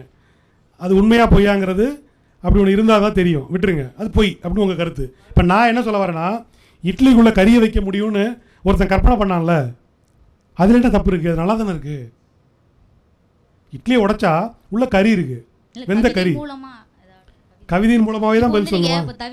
தயவு கூர்ந்து அப்படின்னு ஒரு கவிதை ஒன்று சொல்லியிருந்தீங்க. ஆமாம், அதில் வந்து இந்த நத்தை நடந்து போகிறது அப்படின்னு அதில் ஒரு இடத்துல கற்பனை வருதுன்றீங்க. அந்த இடத்த கொஞ்சம் தெளிவுபடுத்த முடியுமா? நத்தை நான் ரொம்ப மெதுவாக போனோம், என்னை அவசரப்படுத்தாதீங்க, எனக்கு பூக்களெல்லாம் ரசிக்கணும், புள்ளின் ஒவ்வொரு இதழையும் பார்க்கணும், அதனால் என்னை அவசரப்படுத்தாதீங்க, என் இயல்பு இதுதான், என்னை மெல்ல போவிடுங்க, எனக்கு ஒரு நாள் முழுக்க எனக்கு இருக்குது, என்னை விட்டுருங்கன்னு சொல்லுது இல்லையா? நத்தை எங்கேயா சொல்லிச்சா? எங்கேயா சொல்லியிருக்கா? இல்லை இல்லையா? நத்தை அப்படி சொன்னதாக ஒருத்தன் கற்பனை பண்ணி சொல்கிறான். ஓகேவா? ஏன் கற்பனை பண்ணி சொல்கிறான்? அது அவனுடைய கருத்து தான். ஆனால் நத்தை மேலே ஏற்றி சொல்கிறான். ஏன்? நத்தை மெதுவாக போகும், நத்தை மேலே ஏற்றி சொன்னால் நல்லாயிருக்கும். ஒரு மனுஷன் வந்து டேய் என்னை விடுங்கடா, எனக்கு வந்து ஓய்வு வேணும், என்னை ரொம்ப அவசரப்படுத்தாங்கடா, நான் மெதுவாக போகிறேன், மவுண்ட் ரோட்டில் அழகழகான விஷயங்கள்லாம் இருக்குது, நான் பார்த்துட்டு போகிறேன், மெதுவாக போகிறேன், என்னை விடுங்கடான்னு சொன்னால் நல்லா இருக்குமா? நல்லா இல்லை. ஆனால் ஒரு நத்தையின் மீது, அதாவது கவிதை புனைவுனா என்ன மாமல்ல, தற்குறி பேற்றுதல்னு கேள்விப்பட்டிருக்கீங்க? தற்குறி பேற்றுதல் அணின்னு அது சில பரிகாரத்துல மேல கொடி ஆடும். அந்த ஒரு ஓமை மட்டும் நோட்ஸ்ல புக்ல கொடுத்தனால அந்த ஒரு ஓமையை வச்சுட்டு இருக்கீங்க. சரி, தற்குறி பேற்றணிக்கு வேற ஒன்று சொல்லுங்க. தற்குறி பேற்றணிக்கு வேற ஒரு உதாரணம் சொல்லுங்க. இப்போ ஏதோ ஒரு இலை வந்து அது மரத்துல இருந்து இயல்பா கீழே விழுந்து போகுது, ஆனால் அது வந்து ஒரு எறும்பு வந்து தண்ணிக்குள்ளே விழுந்து கிடக்குல, அந்த எறும்பை காப்பாற்றுறதுக்கு தான் அந்த இலை வந்து போகிற மாதிரி நான் அப்படியே முடிவு பண்ணிக்கிறது. அது பொய்யா கற்பனையா? அது நம்ம அது கற்பனையாக வச்சுக்கலாம். அந்த இலை அப்படியே போகுது. அது ஏன் பொய் தானே? அது அந்த எறும்பு இலை தானாக விழுந்துச்சு, அது பொய். நீங்கள் எறும்புக்காக போனது பொய் தானே, அது எப்படி கற்பனை ஆகும்? எல்லா கற்பனையும் இப்போ நான் சிம்பிளாக சொல்கிறேன், கொடி வந்து தானாக தானே அடிச்சு, அது கோவலனை வாரா என மறித்து கை காட்டின்னு அதை அடிச்சா? இல்லை. அப்போ இளங்கோ சொன்னது பொய் தானே, இளங்கோடிகள் சொன்னது சிலப்பதிகாரமே பொய் தானே? பொய்யின் நம்ம எல்லா முடிவுக்கு வந்துட முடியாது. இருக்குல்ல, எல்லாத்தையும் பொய்ன்னு சொல்ல முடியாதுல்ல. அழகா இருந்தால் அதை ஏற்றுக்கலாம்ல. அதுக்காக எல்லா பொய்யும் நம்ம கற்பனைன்னு சொல்லிட முடியாதுல்ல. ஆமாம், நீங்கள் வீட்டில் சொல்கிற பொய்யெல்லாம் நான் கற்பனை ஏற்றுக்க முடியாது. ஆனால் நான் சொல்கிறேன், இப்போ நீங்கள் வீட்டில் ஒரு பொய் சொல்கிறீங்க உங்கள் அம்மாட்ட, இன்றைக்கி காலேஜ் போகல, ஃப்ரெண்டு கூட நீங்கள் படத்துக்கு போயிட்டீங்க. ஆனால் வீட்டில் போய் நான் காலேஜுக்கு தான்ப்பா போனேன் அப்படின்னு சொல்லி சொல்கிறீங்க. சரி, இருங்க, காலேஜுக்கு தான் போகிறேன்னு சொல்கிறீங்க. இப்போ உங்கள் அம்மாட்ட சொல்கிறதுக்கு முன்னாடி மனதளவில் நீங்கள் தயாராவீங்க. அம்மா அப்படி கேட்பாங்க, நம்ம காலேஜுக்கு போயிட்டு அக்கா வீட்டுக்கு போயிட்டு இங்கே போயிட்டு இப்படி போனோன்னு ஒரு பொய்க்கு நீங்கள் தயாராகிறீங்க பார்த்தீங்களா? ஒரு கதை சொல்கிறதுக்கு தயாராகிறீங்க பார்த்தீங்களா? ஒரு காட்சியை முதல்ல உருவாக்கிறீங்க பார்த்தீங்களா? மனிதர்கள் முதல்ல பொய்ங்கிறது ரொம்ப வாழ்க்கையில் முக்கியம். ஏன் முக்கியம்னா, பொய் சொல்கிறதுக்காக நீங்கள் ஒரு கதையை உருவாக்குறீங்க, ஒரு சூழலை உருவாக்குறீங்க, ஒரு காட்சியை உருவாக்குறீங்க, ஒரு முக்கியமான உணர்ச்சியை உருவாக்குறீங்க. இதெல்லாம் ரெடி பண்ணிவிட்டு வீட்டில் போய் அம்மாட்ட சொல்லும்போது அந்த பொய்யை உண்மை மாதிரியே சொல்கிறதுக்கு நீங்கள் பாவனையாக தயாராகிறீங்க. உடல் மொழியில், முகத்தில். இந்த பொய்யை கச்சிதமாக சொல்லி முடிக்கிறது இருக்குல்ல, இட்ஸ் அன் ஆர்ட். அது நீங்கள் சொன்னீங்க ஸ்டார்டிங்லேயே, என்னென்னா வியப்பாக சொல்லணும் கவிதை அப்படின்னு சொல்லியிருந்தீங்க. அப்போ வந்து இப்போது நிலா இருக்குது, எல்லாருமே நிலாவை பற்றி எல்லாரும் எழுதியிருக்கிறாங்க. நிலா வந்து எப்படி தெரியுமா, அப்படி தெரியுமா அப்படின்லாம். இப்போ எடுத்துக்காட்டுக்கு நிலா பார்த்தோன்னா ஒரு சுற்றி கருப்பாக இருக்கும், உள்ளே வந்து வெள்ளை கலரில் இருக்கும். கருப்பு போர்வைக்குள் நிலா தெரிகிறது, அதை பார்க்கையில் அப்படின்ற மாதிரி எழுதும்போது, பேசுறது போது எழுதும்போது அது எப்படி இருக்கும் நமக்கு தெரியல. சரி, ஒரு கருப்பு போர்வைக்குள் நிலா இருக்கிறது. சரி, ஆனால் அதையே நம்ம யோசிக்கும் போது ஒரு இடத்துல ஒரு கவிஞன் சொல்லுறான், முகலாயர் வம்சத்தின் மூத்த குடி பெண்ணியோ முழு உருவை முகத்தை மட்டும் காட்டிவிட்டு முழு உருவை மறைத்து விட்டு நீ பாக்குறதுக்கு அப்படியே ஒரு முஸ்லீம் பொண்ணு மாதிரியே இருக்கிற அப்படின்னு சொல்றது எல்லாருமே சொல்ல ட்ரை பண்ணிருக்காங்க நிறைய பேர். ஆனா அந்த யூடியூப்ல நீங்க போட்டீங்கன்னா கூட நிலவும் ஒரு பெண் தானே அப்படின்னு ஒரு கவிதையில கவிஞர் செந்தமிழ்தாசன் எழுதியிருப்பாரு. சரி, இந்த மாதிரி ஒரு அழகியல் இருக்குல்ல. இப்போ நீங்க சொன்னீங்க பாரதியார் வந்து இலக்கணத்தெல்லாம் உதறி தள்ளிட்டு வசனத்துக்குள்ள வந்தாருன்னு. ஆனா அவரு இந்த கற்பனை, சின்ன சின்ன ஊமைகள் இதெல்லாம் விட்டுட்டு ஒரே நடிக்குள்ள வந்துடல. இன்னைக்கு எழுதுறவங்களும் அவருடைய எல்லா கவிதையிலையும் ஓமை இருக்குமா? இப்போ முதல்ல நான் சொன்னேன் இல்லையா, முதல்ல வாசிச்ச நத்தை கவிதை இருக்குல்ல, நத்தை கவிதை என்பதே ஓமை தான். மனிதன் தன்னை நத்தையாக ஓமைப்படுத்துகிறான். தன்னை நீங்கள் தற்குறிப்பேற்ற அணி சொன்னீங்க இல்லையா, நத்தை தானாக தான் ஊர்ந்து போகுது. ஆனால் தனக்கு தேவைப்பட்ட எல்லா விஷயத்தையும் நத்தை மீது ஏற்றி நத்தை சொல்வதாக அவன் தற்குறிப்பேற்ற அணி தான் கொண்டு வர்றான். புரியுதா? புரியுது. நீங்கள் தமிழ் கவிதையில் படிச்சிங்கன்னா, இப்போ வரப்போகிற இளங்கோகிருஷ்ணன் கவிதை படிச்சிங்கன்னா, இவர் கவிதையை படிச்சிங்கன்னா, ஏன் கவிதையை படிச்சிங்கன்னா, எல்லார் கவிதைகள்லையுமே ஓமை இன்னும் இருக்குது. என்னென்னா ஓமையாக இல்லாமல் அது உருவகமாக இருக்குது. இன்னும் அது கொஞ்சம் மேன்மைப்படுத்தப்பட்டு அது படிமமாக மாறுது. ஓமை இல்லாத, உருவகம் இல்லாத, படிமம் இல்லாத கவிதைகள்லாம் எதுவுமே இல்லை. இப்போ பூட்ஸ் கவிதையை வாசித்தேன் இல்லையா, இளங்கோகிருஷ்ணன் கவிதை, அந்த கவிதையில் எறும்பு இருக்கு இல்லையா, அந்த எறும்பு பூட்ஸுங்கிறது எதோட ஓமை? எறும்பு மனிதனுக்கும் பூட்ஸுங்கிறது அதிகாரத்தினுடைய ஓமை. அந்த கவிதைங்க எத்தனை பேருக்கு புரிஞ்சுச்சுன்னு எனக்கு தெரியல. யாராவது இருந்து சொன்னாங்கன்னா கூட நல்லா இருக்கும் நான் நினைக்கிறேன். நான் வாசித்த கவிதை எறும்பு பூட்ஸ் கவிதை இருக்கு இல்லையா, யாருக்கெல்லாம் புரிஞ்சுது கை தூக்குங்க.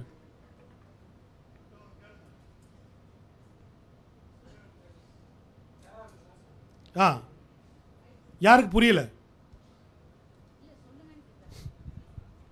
இத்தனை பேருக்கு புரியாதுன்னு இவங்க எப்படி நம்பினாங்கன்னு எனக்கு தெரியல. அதுவே முதல்ல ஒரு மாதிரியாக இருக்குது. ஏன்னா இது இங்கே கவிதை பயில்றதுக்காக இவ்வளோ பேர் வந்து உட்காந்துருக்காங்க. அது ஒன்றும் மரபு கவிதை அளவுக்கு அவ்வளோ கடினமான ஒரு கவிதையாகவும் தெரியல. இடையில வந்து ஐயா வந்து திருக்குறளுக்கு உரை எழுதுன அவ்வளோ பேர் மாதிரி அவர் ஊடகம் வந்து உரை வேற கொடுத்துட்டு போனார். அப்புறமா அவங்க இதை புரியல அப்படின்னு சொல்கிறது எனக்கு இல்லைம்மா. இல்லை, நான் உங்களுக்கு பதில் சொல்கிறேன். என்னன்னா சிம்பிள், நான் ஒன்று சொல்கிறேன்.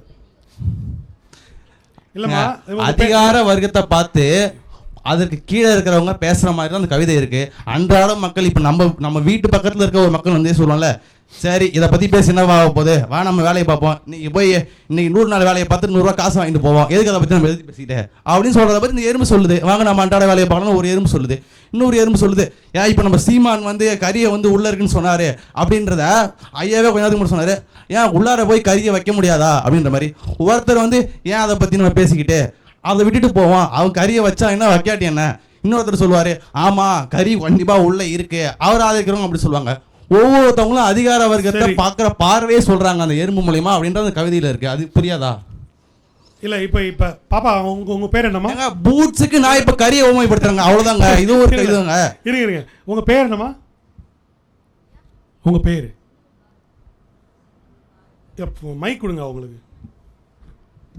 செந்தமிழ் பாரதி. செந்தமிழ் பாரதி. பாரதியோட எல்லா கவிதைகளும் உங்களுக்கு புரியுமா?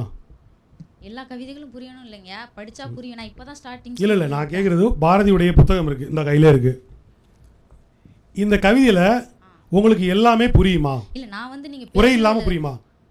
உரை இல்லாமல் சில கவிதைகள் புரியும், சில கவிதைகள் உரை இருந்தால்தான் புரியும். புரியும் இல்லையா? இப்படி தான். அது மரபு கவிதையாக இருக்கலாம், புது கவிதையாக இருக்கலாம், நவீன கவிதையாக இருக்கலாம். நம்மக்கிட்ட என்ன ஒரு தப்பு இருக்குது அப்படின்னா, நமக்கு புரியலைன்னா அது நல்ல கவிதை இல்லை, நமக்கு புரியலைன்னா அது கவிதையே இல்லை என்கிற ஒரு மனோபாவம் இருக்கு இல்லையா? அது ரொம்ப முக்கியமானது. ஏன்னா இப்போ சங்க கவிதைகள் இருக்குது, பாடல்கள் இருக்குது, உங்களுக்கு புரிஞ்சிருமா?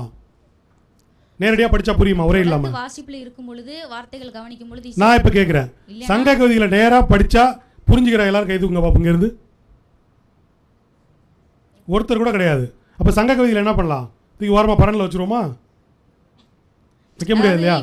உங்களுக்கு இருக்கிற பிரச்சனை புரியுது. என்னன்னா மரபுலேருந்து வெளியேறக்கூடாது, ஓமையிலிருந்து வெளியேறக்கூடாது, இலக்கணங்கள்லேருந்து வெளியேறக்கூடாது. இப்படிலாம் வெளியேறினா கவிதை தன்னுடைய தன்மை இழந்து பலவீனமாயிரும் நீங்கள் கருதுறீங்க. அது எனக்கு புரியுது, அதுதான் நீங்கள் சொல்ல வரீங்கன்னு எனக்கு புரியுது. சப்போஸ் அப்படி இல்லைனா கூட ஒரு அழகியல், நீங்கள் சொன்னீங்கல்ல மேலே தலைப்பு கவிதை எழுதுவதற்கான அழகியல் அடிப்படைகள், அந்த உருவங்கள் அவங்க சொன்னாங்க ஏதோ பூமைகள் இந்த மாதிரிலாம் இருக்குல்ல, மோஸ்ட்லி அதை வந்து வியப்பாக சொல்ல ட்ரை பண்ணலாம். அவ்வளவுதான் நான் பேச வந்ததே, வேற ஒன்றுமே கிடையாது. ஓகே, வியப்பது என்பது கவிதை எழுதும் முறையில் 1000ல் 1 முழு முற்றானது இல்லை. பாரதியார் வந்து தீ இனிது, காற்று இனிது, நிலவு இனிதுன்னு பேசிட்டே போறார் இல்லையா? அது ஒரு வியத்தல்.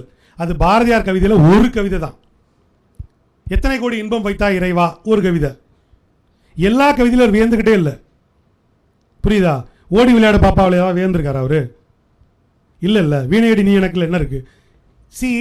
கவிதை என்பது வியப்பதற்கு மட்டுமானதல்ல, அது கோவப்படுறதுக்கு உள்ளது, சிந்தனைக்கு உள்ளது, கவலைக்குரியது, சந்தோஷப்படுதலுக்குரியது. மெய்ப்பாடுகள் நீங்கள் படிச்சிருப்பீங்கல்ல, தமிழ் மாணவி தானே நீங்கள்? மெய்ப்பாடுகள் எத்தனை மெய்ப்பாடுகள் இருக்குது மொத்தம் நம்மகிட்ட? 8 மெய்ப்பாடுகள் தானா?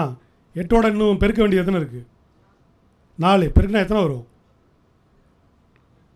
32 மெய்ப்பாடுகள் இருக்குது. அப்போ கவிதைக்கு எத்தனை மெய்ப்பாடுகள், எத்தனை உணர்ச்சிகள் இருக்க முடியும்? நீங்கள் ஒன்றே ஒன்றில் வியத்தல் என்பது 32ல் 1. கவிதைக்கு அந்த தன்மை மட்டும் போதுமா? நோட்ஸ் எடுத்துருக்கீங்கன்னா கவிதைக்கு அடிப்படையானது வியத்தல். அதான் என்னென்னா, இல்லை அதில் சொல்லி முடிச்சிடறேன். பொருள் கொள்றது என்ன பிரச்சனை இருக்குன்னா, கவிஞர் ஆவதற்கு மிக அடிப்படையானது வியத்தல்னு சொன்னேன். அது ஏன்னா இந்த உலகத்தை பார்த்து, இங்கே இருக்கக்கூடிய இயற்கையை பார்த்து, எந்த காட்சியை பார்த்தும் வியப்பது என்பது ஒரு கவிஞனுக்கான அடிப்படை பண்புன்னு சொன்னேன்.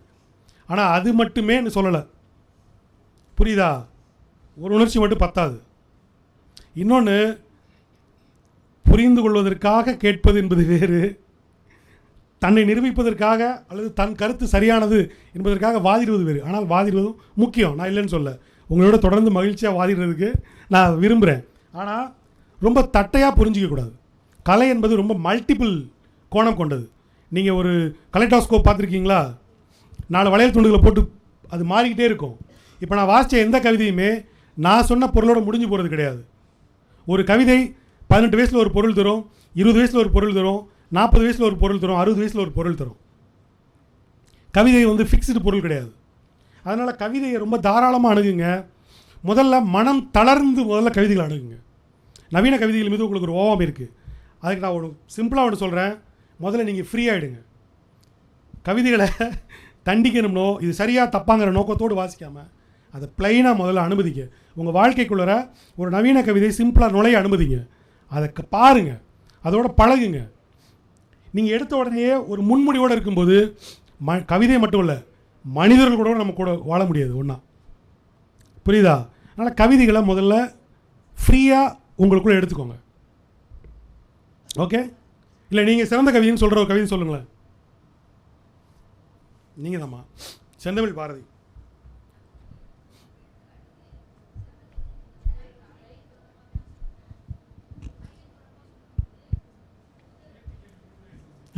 சொல்லுங்கள் சொல்லுங்க. அலைகள் தொடர்பாகவே சொல்கிறேன்.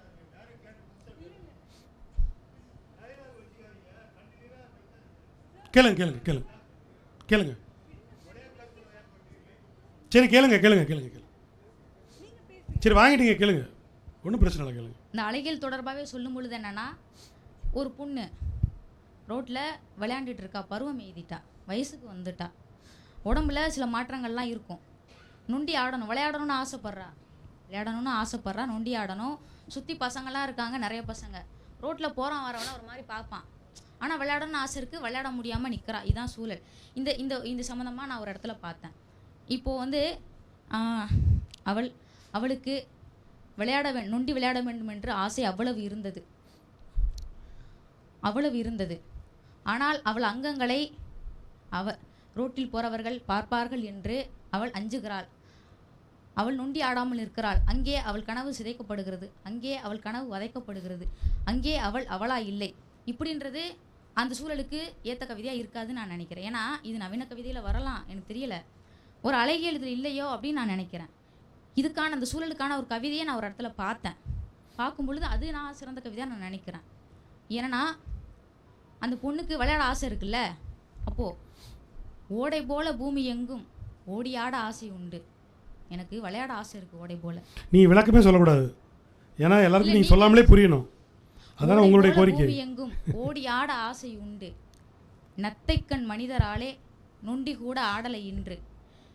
நீங்கள் நத்தை பற்றி சொல்லும் பொழுது சொன்னீங்கல்ல, நத்தைக்கண் மனிதர்னா அவன் பார்க்குறான், எப்படி பார்க்குறான், அந்த மாதிரி பார்க்கல, அவன் முட்டை கண்ணு மாதிரி பார்க்கல, அவன் நத்தைக்கு கண்ணு வெளியில் நிற்கும், பார்த்துருப்பீங்க, அப்படி வெறிச்சு பார்க்குறான். அப்படின்றத இந்த நத்தைக்கண் மனிதர் அப்படின்ற சொல்லு வந்து அப்படி சொல்லுதில்ல, அதனால சொல்கிறேன். இந்த மாதிரி புதுசாக அதாட்டும் நான் முன்னாடி ஒரு கவிதை எடுத்துக்காட்டு சொன்னேன்ல. சரி, இப்போ நான் எனக்கு சிம்பிளான ஒரே கொஸ்டின் தான் உங்களுக்கு. நவீன கவிஞர்களில் நவீன கவிதை தொகுப்பு நீங்கள் எத்தனை வாசிச்சிருக்கிறீங்க? எனக்கு வாசிக்கும் பொழுது இது சின்ன அழகியல் சிரிப்பு. இல்லை, என்னுடைய கேள்வி சிம்பிளானது. நவீன கவிதைகள் தொகுப்பு எத்தனை தொகுப்பு வாசிச்சிருக்கீங்க? நேற்று நான் ஒரு கவிதை எடுத்தேங்க, நேற்று. நான் கேட்குறது எத்தனை கவிதை தொகுப்புகள் வாசிச்சிருக்கீங்க? அதான் சொல்கிறேன்ல, ஒரு நிமிஷம் கேளுங்க. இல்லை நான் கேட்குறதுக்கு நேரடி பதில், எத்தனை கவிதை தொகுப்புகள் நீங்கள் இது வரைக்கும் வாசிச்சிருக்கீங்க? இங்கே நிறைய பேரை கவிதை எழுத சொல்லிட்டு கீழே இருக்க பேர்லாம் அடிச்சுட்டு பார்த்தோன்னா எல்லா கவிதையும் கிட்டத்தட்ட ஒரே. நான் கேட்குறது சிம்பிளாக ஒரே கொஸ்டின், நீங்கள் எத்தனை கவிதை தொகுப்புகள் நவீன கவிதை தொகுப்புகள்? நான் ஒரு கவிதை வாசிக்க ஆரம்பிக்கும் பொழுதே அதில் எனக்கான அந்த ஒரு நான் கேட்குறது ரொம்ப சாதாரணமான கேள்வி தானே, எல்லாருக்கும் புரியுதுல்ல. நீங்கள் எத்தனை நவீன கவிதை தொகுப்புகள் வாசிச்சிருக்கீங்க? ஒரு இந்த பெஞ்சுன்னு சொல்லிட்டு ஒரு கவிதை வரும். பெஞ்சா? பெஞ்ச் அப்படின்னு சொல்லிட்டு. ஆமாம். யார் எழுதுனது? அது சரியா தெரியல. அதில் நவீன கவிதைகள்லாம் அந்த இதுதான் உங்களுடைய பிரச்சனை. உங்களுடைய பிரச்சனை இதுதான். என்னன்னா நவீன இல்லை ஒரு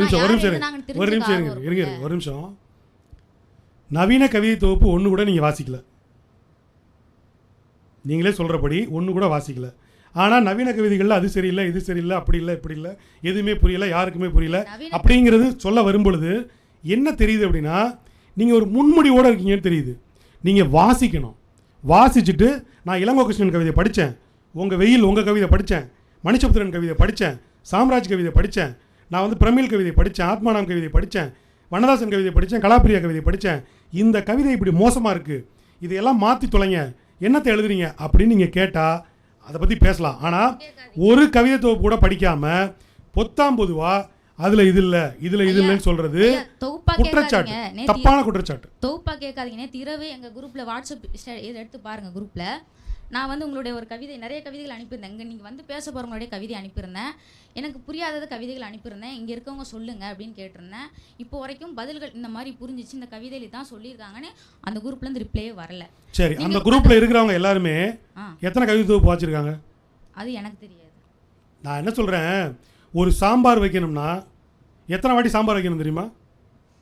கிச்சனில் போய் நின்று நான் சாம்பார்னு சொன்ன உடனே பெண்ணடிமைத்தனத்தை பேசுகிறான், பெண்ணுக்காக சொல்கிறான்னு சொல்லாதீங்க, ஆம்பளை பொம்பளை எல்லாருக்கும் சேர்த்து சொல்கிறேன். ஒரு ரசம் வைக்கணும், ஒரு சாம்பார் வைக்கணும்னா அம்மா பக்கத்தில் நின்று 30 வாட்டி சாம்பார் வைக்க பார்த்தா தான் ஒரு வாட்டி ஒழுங்காக சாம்பார் வைக்க முடியும். சரிங்களா? நான் கவிதையும் சாம்பாரையும் கம்பேர் பண்ணுறதுனால எது உயர்ந்ததுன்னு பேச வரல. ஒரு நேரத்தில் பசியாக இருக்கிறதுல சாம்பார் தான் உயர்ந்தது, இல்லாத நேரத்தில் கவிதை உயர்ந்ததாக இருக்கலாம், கம்பேரிட்டிவ் இல்லை. பட் ஒரு சாம்பார் வைக்கணும்னா 30 வாட்டி அதில் போய் நின்று வேலை செய்யணும்னா, ஒரு கவிதை புரியணும்னா எத்தனை வாட்டி வாசிக்கணும், எவ்வளோ கவிதைகளை வாசிக்கணும்? எந்த கவிதை பழக்கமுமே இல்லாமல் எனக்கு அது புரியலை, எப்படி புரியும்? நீங்கள் வந்து எந்த ஒரு சாஃப்ட்வேரை எதுவுமே பழகாமல் புதுசாக ஒரு சாஃப்ட்வேரை பார்த்துட்டு இது எனக்கு புரியலன்னு சொல்கிற மாதிரி இருக்குது. புரியுதா? ஒன்றை பழகாமல் ஒன்று புரியவில்லை என்று சொல்வது மிகப்பெரிய தவறான குற்றச்சாட்டு. ஒருத்தர் உங்களுக்கு யாருன்னே தெரியாது, அவர் மோசமானவர்னு சொல்கிறீங்க, அந்த குற்றச்சாட்டு ஏற்கவே முடியாது. உங்கள் குரூப்பில் இருக்கிறவங்க எல்லாரும் நவீன கவிதை வாசிச்சிருக்காங்களா? சார் சார் சொல்லுங்கள். நல்லா இருக்கீங்களா சார்? நல்லா இருக்கேன், சூப்பராக இருக்கேன். சொல்லுங்கள். என் கேள்வி வந்து இப்போ என்ன கேடுறியா? பாசமாக இருக்குது. சூப்பர், சொல்லுங்கள். இப்போ நண்பர் வந்து பாடலாசிரியர் பற்றியும் கவிஞரை பற்றியும் சொன்னாங்க சார். உங்களோட பார்வையில் நான் முத்துக்குமார் வந்து பாடலாசிரியராக கவிஞரா சார்? அவர் முதல்ல புது கவிதைகள் எழுதினார். நவீன கவிதையினுடைய தன்மையும் சில கவிதைகள் அவர்கிட்ட உண்டு. தூர் மாதிரியான கவிதைகள்லாம் நவீன கவிதையில் சேர்க்கலாங்கிற இடத்துக்கு வரக்கூடிய கவிதைகள் தான். அவர் எழுதின நிறைய திரைப்பட பாடல் இருக்கு இல்லையா, அதில் நிறைய நவீன கவிதைக்கான வரிகள் நிறைய ஒளிஞ்சிருக்கு. குறிப்பாக நீங்கள் கட்டுரை தமிழ் படத்தில் வரக்கூடிய பாடல்களோ அல்லது வந்து 7G ரெயின்போ காலனி இருக்கு படத்தில் இருக்கக்கூடிய வரிகளோ, நிறைய பாடல்கள் வந்து கவிதை தன்மையுடையது.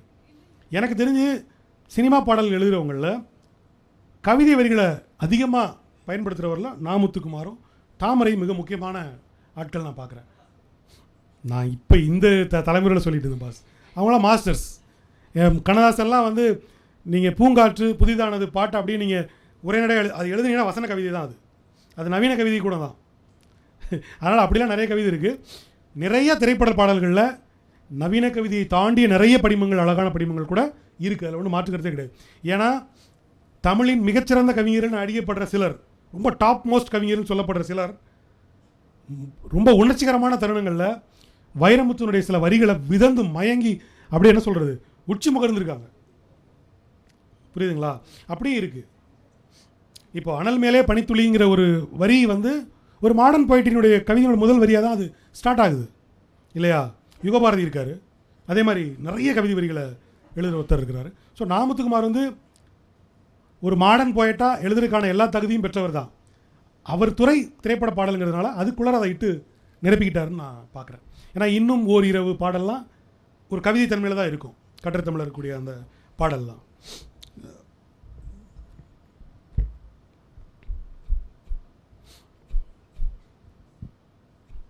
அதாவது புதுக்கவிதை மரபில் வந்து மன்மத அம்புகள் தைத்த இடங்களில் சந்தனமாக என்னை பூசுகிறேங்கிற வரிகள் எல்லாருமே வியந்தாங்க. அது ஒரு வியப்புக்குரிய ஒரு வரி தான் இல்லையா? ரோஜாவை தாலாட்டும் தென்றல் பாட்டாகட்டும், இல்லை வைரமுத்துடைய நிறைய பாடல்கள் வந்து நவீன கவிதைக்கு நிகராக இருக்கும். ஆனால் அவர் எழுதுகிற புதுக்கவிதைகள் புதுக்கவிதைகளாக தான் இருக்கும். அது நவீனத்தன்மை பெற்றிருக்காது.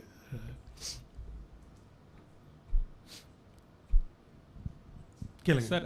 நீங்கள் வந்து தொல்காப்பியம் அப்புறம் யாப்பிலக்கணம் இதெல்லாம் முறையாக படிச்சுட்டு அதுக்கப்புறம் கவிதை எழுத ஆரம்பிச்சிங்களா?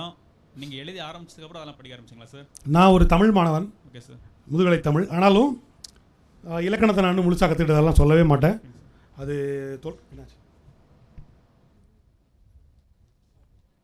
தொல்காப்பியம் இன்னும் நான் கற்றுக்கிட்டு இருக்கிறேன் ஒரு மாணவனா.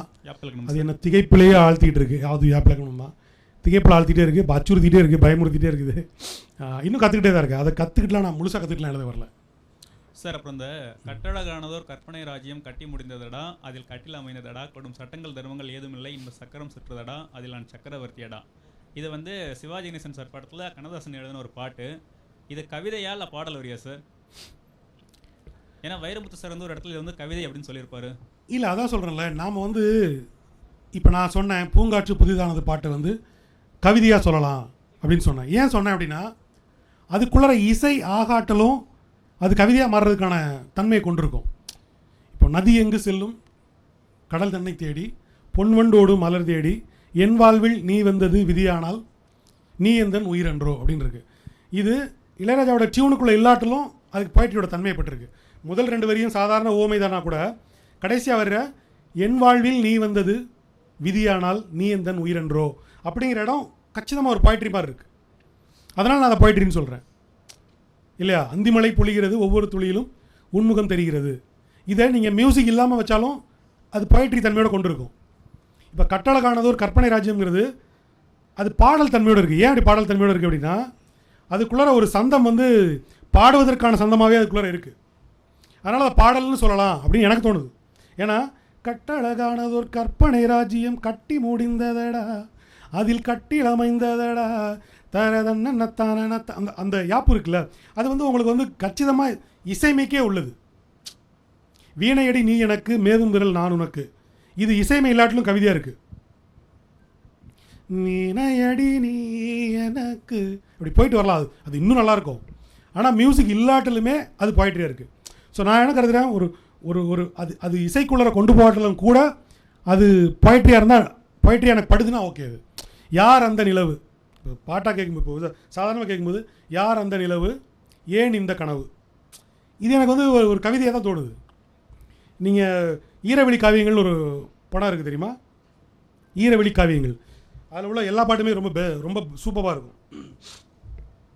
தென்றலிடை தோரணங்கள், தென்றலிடை தோரணங்கள் தோளினிலே கூந்தலலை தாளலயம் நெஞ்சினிலே தாழவில்லை தாங்கவில்லை, இப்படி ஒரு வரி இருக்குது. இது வந்து ஒரு முக்கியமான ஒரு பாடலாசிரியர் எழுதின ஒரு பாட்டு. இதுக்குள்ள ஒரு போய்ட்ரி தன்மை இருக்குது. இதில் இருக்கிற ஒரு 5 பாட்டு இருக்கும். வல்லபன், எம்ஜி வல்லபன் எழுதுறது, ரொம்ப ஃபேமஸான பாடலாசிரியர். ஆனால் அவருடைய ஒரு பாடல் மட்டும் தான் எல்லாருக்கும் தெரிஞ்சிருக்கும். மீன்கொடி தேரில் மன்மதராஜன் ஊர்வலம் போகின்றான், கேட்டிருக்கீங்களா? அந்த ஒரு பாட்டு நிறைய பேருக்கு தெரியும், மீதி பாட்டு தெரியாது. இந்த பாட்டில் நீங்கள் ஈரவெளி காவியங்கள் இருக்கக்கூடிய மொத்த ஆல்பம் இருக்குது, அதை கேட்டு பாருங்கள். மியூசிக் இல்லாமல் தனியாக ஒரு நோட்டில் எழுதி பாருங்கள், அது ஒரு போயமாக இருக்கும். சார் எல்லா கவிதையும் பாடல் வரியாக யூஸ் பண்ண முடியுங்களா சார்? நீங்கள் இசை ஒழுங்கு இருந்தால் அது இன்னும் சுலபமாக இருக்கும். இசை ஒழுங்கு இல்லைன்னா கஷ்டம். இப்போது வெறுமனே எழுதி இசையமைக்கப்பட்ட பாட்டுனா இப்போ இது இருக்கு பாருங்கள், ஏனோ வானிலை மாறுதே, ஏனோ வானிலை மாறுதே, அடுத்த வரி தெரியுமா? பனித்துளி போகுது, சொல்லுங்கள். மழைத்துளி தூறுதே, மார்பின் வேகம் கூடுதே, இல்லையா? மனமோ ஏதோ சொல்ல வார்த்தை தேடுதே, இப்படியே போகுது. இது வந்து பார்த்தீங்கன்னா சாதாரண போயம், அப்படியே போயமாக தான் இருக்குது. இது வந்து அழகாக மியூசிக்கில் கொண்டு வராங்க சார். ஏதோ வானிலை மாறுதே, மழைத்துளி தூறுதே, மார்பின் வேகம் கூடுதே அப்படின்னு சொல்கிறப்போ அதுக்குள்ளே எதுவும் தேவைப்படலை. ஆனால் நீங்கள் வேற ஒரு ஸ்கேலுக்கு எடுத்துகிட்டு போகும்போது அது பயங்கரமாக இருக்குது. ஏனோ வானிலை மாறுதே, இவ்வளோ பென்ஸ் அதுக்குள்ளே கொண்டு வரும்போது மொழியே பயங்கரமாக இருக்கும். அடிக்கடி வந்து இளையராஜா வந்து திரும்ப திரும்ப சொல்லுவார் இல்லையா, சுந்தரி கண்ணால் ஒரு செய்தி பாட திரும்ப, நான் உன்னை நீங்க மாட்டேன், நான் உன்னை நீங்க மாட்டேன். இந்த நீங்கள் வந்து எவ்வளோ தூரம் இழுத்துட்டு போகிறோமோ, இன்னிசை அளபடை நம்மகிட்ட ஒரு இலக்கணம் இருக்குது, அளபடை இலக்கியம் இருக்குது இல்லையா, கடுப்பதும் இல்லையா, எங்கே சவுண்ட் வேணுமோ நம்ம கொஞ்சம் ஈட்டிச்சுக்கலாம். நம்ம தமிழில் அந்த சலுகைகள்லாம் உண்டு. அப்போ அந்த நான் உன்னை நீங்க மாட்டேன் அது இன்னும் அதுக்கு ஒரு சுவை தருது. மற்றபடி ஒரு சாதாரண கவிதை, இப்போ ஒரு மனுஷோட கவிதைகளில் பெரும்பாலான கவிதை பாடலாக மாற்ற முடியும்னு நினைக்கிறேன். ஏன்னா அதுக்குள்ளார ஒரு இப்படி ஒரு சின்ன அலை இருந்துக்கிட்டே இருக்கும். ஒரு அலை வந்து 2 வரையும் ஒரு அலை மாதிரி வந்து போகிற மாதிரியே இருக்கும். முடிவில் ஒரு அலை படார்னு பாறையில் மோதும் தெரியுமா? மனுஷ கவிதைகள் நான் எப்பவுமே அப்படியே தான் பார்ப்பேன். ஒரு அலை, இன்னொரு அலை, இன்னொரு அலை, இன்னொரு அலை, கடைசியாக கவிதை முடியும் போது ஒரு பேரலை வந்து பாறையில் மோதுற ஒரு எஃபெக்டோட தான் அவரோட கவிதை இருக்கும், விஷுவல் ஆகும். ஸோ அதில் ஒரு இசைத்தன்மை இருக்கும். அதில் நீ வராமல் போயிருக்கலாம், நீ இல்லாமல் இருந்திருக்கலாம், நான் சொல்லாமல் இருந்திருக்கலாம், இது இருக்குல்ல, இதுக்குள்ள ஒரு இசைமை இருக்குது. ஒரு இப்படி சின்ன ஒரு அலையாட்டம் இருக்குது பாருங்கள். இந்த கவிதைகளை ஈஸியாக மியூசிக்கில் கொண்டு வர முடியும். சில கவிதைகள் மியூசிக்கில் வராது, ரொம்ப தட்டையாக பிளெயின் ஆகும். சார் மரபு கவிதை இருக்குல்ல சார், சங்க இலக்கிய பாடல்கள், குறுந்தொகை பாடல்கள், அது வந்து இசையாக வந்து கன்வெர்ட் பண்ண முடியுங்களா சார்? கண்டிப்பாக முடியும். இல்லை, எதையுமே மாற்ற முடியும். நீங்கள் வந்து ஒன்று மேலே குப்பை தொட்டி அப்படின்னு இருந்தால் கூட நீங்கள் ஒரு நல்ல டியூனில் குப்பை தொட்டிங்கிறத நீங்கள் வேறு ஒரு டியூனில் கொண்டு வரும், வேறு மாதிரி மாறும். அது எந்த சொல்லையும் இசை மிக்க சொல்லா மாற்றலாம். கேள்வி என்னன்னா, மரபு கவிதைகள் வந்து அந்த ஸ்ட்ரக்சரில் இருக்குங்களா, இசை அந்த ஸ்ட்ரக்சரில் இருக்குங்களான்னு கேட்குறேன் சார். இசைக்காக தான் அந்த இலக்கணமே வைக்கப்பட்டிருக்கு. நீங்கள் எதுகை மோனைங்கிறப்போ 2ஆம் எழுத்து ஒன்றா வரும்பொழுது உங்களுக்கு அந்த முதல் சொல்லு 2வது சொல்ல வரும்பொழுது தான் அது பாட முடியுது. மோனை வரும்போது முதல் எழுத்து ஒன்றா வரும் இல்லையா? இப்போ பூமரப்பாவை நீயடி இங்கு நான் பாடும் பாமர பாடல் கேளடி இருக்கு இல்லையா? பூமர பாவை நீயடி, பாமர பாடல் கேளடி, பூமரம் பாமரம், இங்கே மோனை வருது இல்லையா? அது மட்டும் இல்லாமல் இயைபு வருது, டி இல்லையா? அப்போது எதுகை மோனை இயைபு வந்தாலே அது இசைமைக்குள்ள வந்துடும். ஓகேங்க சார். அதனால் மரபு வந்து பாடலாக்குறது ரொம்ப எளிது. அவ்வளோ சார், தேங்க்யூ சார். வேற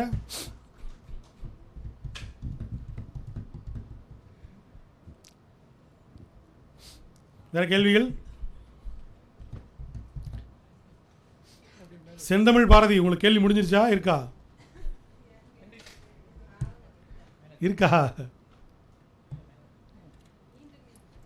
நான் இல்லை கேட்டேன். நம்ம கேட்க விடாமல் பண்ணிட்டாங்கன்னு சொல்லிடக்கூடாதுல்ல, அதுக்காக தான்.